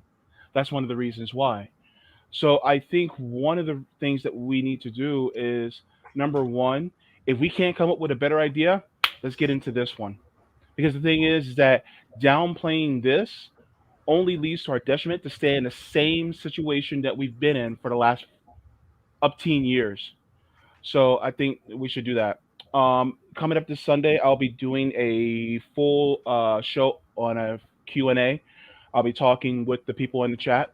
So if you guys have any questions, just feel free to ask me that. And I'll be doing that Sunday at 1 p.m. Eastern Standard Time this Sunday on the JB Show on the Fred Hampton Leftist Network. Absolutely. Thank you, JB. And make sure you tune in to the JB Show. If you haven't seen the show, it's a great full of amazing show. Facial expressions. It is a great show to watch. I forgot who I think I said Misty. Yeah, Misty. What do you have going on? What's going on with your show? Well, thank you for having me. More importantly than anything I have going on, thank you for having me. I think these conversations are really necessary. A lot of people are going to try to pretend like these aren't important and, oh, you guys are this is just a bunch of YouTubers. And, that's fine. But like JB said, then go do something. If you think you can do it better, then go do something. You're fully free to get involved in whatever cause lights your fire. And I think that it's important that we all have these conversations, that we try to find understandings, and that we try to hash all these really critical points before we get to where we're going, because like I said before, once we get into it, we're gonna have to stick into it, or it's gonna be pretty bad. So yeah, just thanks for having me. Thanks. It's always good to come on my surrogate network. I'm basically like I'm like the FHL mascot at this point. So it's always good to come hang out with my second family. And CJ, thanks for organizing this and for taking this on, because I know when I interviewed you last night on my show, it's not easy to organize this kind of stuff. You open yourself up to a shit ton of criticism from a bunch of idiots. So thanks for doing it. Thanks for having me on. I learned a lot from everybody here. It was nice to just be able to bounce ideas off of each other. Tonight, if you guys care what I'm doing tonight, at 7:00 I have Bitch with Comrade Misty. I'm gonna have Black in the Empire from Twitter. I'm sure everybody knows who I'm talking about. Love that guy. I love him. Sometimes I think we share a brain. Like I'll be scrolling and I'll read one of his tweets and I'm like, did I write that? And it's like, no, that's not me. That's him. So I'm really excited. He's going to be on for hour 1, and then Fiorella's coming on for hour 2. So from 7 to 8, we'll have Black in the Empire. And awesome. from 8 to 9, we'll have Fee. So yeah, it's always a good time. Fee's one of my favorite people on earth. So yeah, it's going to be a really good thing tonight. So 7:00 Eastern is when that starts. And again, just thanks for having me on and letting me run my mouth. Absolutely. So what I like to say is drive by trolls, but so people, naysayers, so this is the analogy I gave Misty. It's like if there's an elderly person on the freeway, flat tire, unable to change, and then I stop to help that person, and then people in their cars behind me are blowing their horn, stop it, why am I listening? You're doing it wrong. Yeah, why am I listening to those people? I'm here helping this elderly lady fix her flat tire, or elderly person fix their flat tire. Like, why am I listening to these drive-byers that's just, you know what I mean? It's not like they're stopping and help. If somebody stopped and helped and said, hey, you're doing it wrong, okay, you're here helping. You're not just saying I'm doing it wrong. You got out your car to help. You get what I'm saying? So that's what I say to people negative in comments, and like, I'm moving to the next thing. I don't have the energy for it. Like, I ain't got time for that, I guess is the right quote. So let's go to Patrick next, and then Leila. What do you have going on, Patrick? What are your final thoughts for this episode? Yeah, my final thoughts. I agree with you. The people getting out of their car to help, welcome aboard. Let's do this. You got some complaints about what needs to happen to make a general strike effective. Get into these talks, talk to other people, share your opinion. And to me, we're looking for a spark. We're looking for something that creates a bigger movement, and that's all these discussions can do. Even the October 15th strike, which, largely isn't going to be very effective in my mind, but it still is a spark. It's still raising more awareness to other people. And I think adding criticism to that, but keeping it in a productive way and moving on to the next thing is what we need. And as far as what I'm doing, we have a show at 5, which I don't even have graphics uploaded yet. So we're going to be winging it at the last second, like we like to do. But I really appreciate what you're doing. I think this is what we need to have more of. And without this, I don't think a general strike is going to be effective. So kudos. I just want to you guys. Make sure people know you don't mean 5 Eastern, because that's right now. You mean 5 o'clock our time. Yeah. So 8 p.m. Eastern is what you're talking about. Okay. So 8 p.m. Eastern Punch Up podcast is what you're talking about, right? You got it. Thank you. Thank you. And his co-host, Leila, what do you have going on? Yeah, what is your best work? So first, I do want to thank you, CJ, for having us on, and all of you guys are so brilliant. And yes, the only way this is going to happen is if there's a lot of learning and discussion and figuring stuff out along the way. As my dad used to say, shit or get off the pot. So if you're not helping, you're like, just go. Yeah. So I'm thrilled to be in a room with all of you guys. And thank you for having us. And yes, Pat and I have a show at 5 p.m. Pacific time. We will be drinking probably more heavily than usual to make up for our lack of content today. There's tons to discuss. This is the fuck around and find out. God, every day is a fucking disaster. So you'll just be covering like all the current kind of things that's going on. We're going to talk about the Title 42 and beating Haitians not with whips but with brains. And apparently the reconciliation bill, I'm getting alerts, is pretty much dead. So there really is no other option apart from this strike. So we are going to drink heavily through it as we discuss it. And, we do try to bring a little levity to these horrible, desperate times. So that's like, we'll be hanging out at 5 p.m., 8 p.m. Eastern, and hopefully all will join us. Check out the Punch Up podcast, 8 p.m. Eastern, Wednesdays.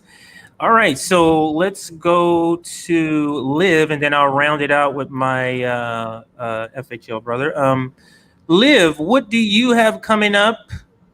What are your last thoughts? We have our first off, thank you again. So happy and honored to be here with all y'all, and just like learning and hearing from all y'all.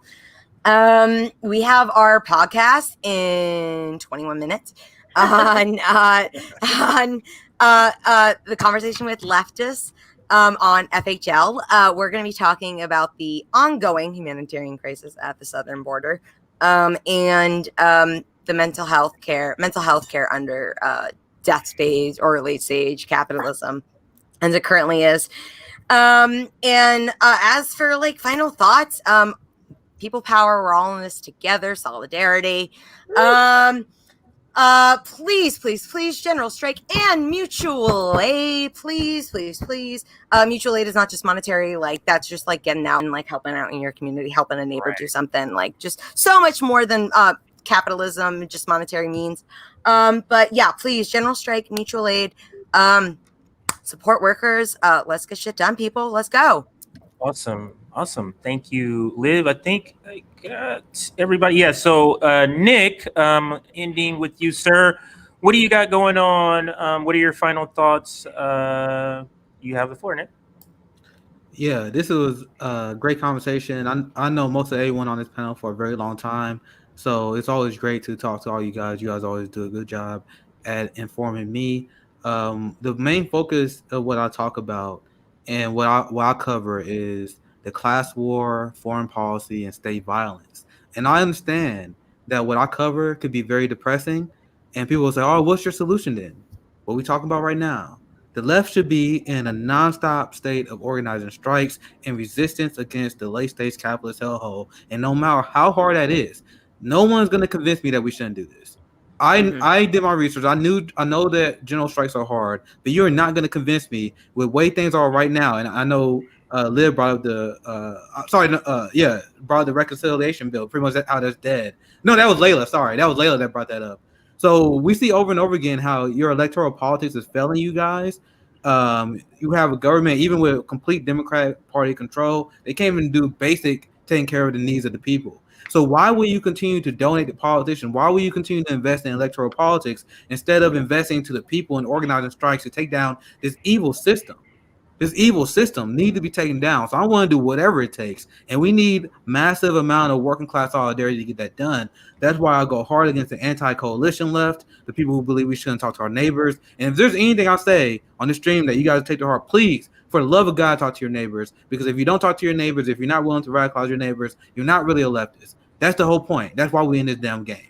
Anyway, in terms of what's coming up for me, I just did a great episode with Lee Camp on Redacted tonight where I talked about the General Strike Summit. We brainstormed about a general strike. That episode will release tomorrow. I love Lee Camp. Redacted tonight is a great show, so make sure you guys check that out. We also have our roundtable on Thursday, which is good. That it seems that's A1's favorite program when we all get together and we shoot the shit, talk about news items. And as you guys know, we upload every single day. Also, one more thing, I did not think about it. You guys saw the headline of the activist who was yelling at George Bush Jr., right? Mm-hmm. I'm going to have a conversation with him and bring him on the show so we can talk about. Nice. I'm going to bring him on. So that's coming up. I think we aiming for Friday or maybe Saturday. It's not official yet, but that's coming up here this weekend. So that's all I have. Check me out on Lee Camp tomorrow. Check out the Fred Hampton Leftist Network. We upload every day. And make sure you guys check out all the shows from the comrades here, because just like Misty say all the time, we need a coordinated attack against corporate media. I guess this would be the last time I'm sending you guys off with, because the corporate media is our number one enemy. We can't organize strikes. Even if you believe in electoral politics, you're not going to win without attacking the corporate media. So we need to have a completely independent media block that debunks them. That's the only reason I got into this game. So I can just be one of many people that debunk the media. So support every single comment on the stream and anyone from independent leftist media that are challenging power. That's all I have. Thank you guys. And free Assange. Yeah. So I do want to round it up. That'll give us a few minutes, Liv, to take a break before we start up again. In our audience, make sure you tune back in 5:30, where we discussing some great topics.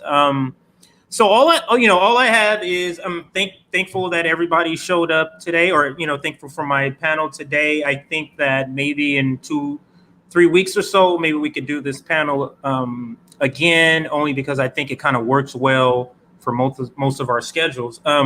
So maybe we could do this again, but it's very important to have these conversations. Again, any naysayer, just let them be a naysayer. Let them talk in the background. They're just background noise. And that's how I look at it. So we're going to plan this General Strike Summit. It is November 12th through the 14th.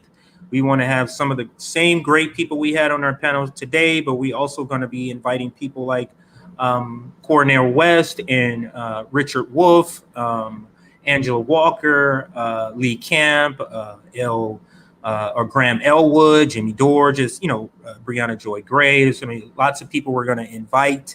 and hopefully they're able to make it. But this is a very important first step into planning any general strike. This is the prerequisite to planning any sort of general strike, is just having these conversations. So thanks again to my panel. We're going to be signing off, and I'll see everybody in about 15 minutes. Thanks again.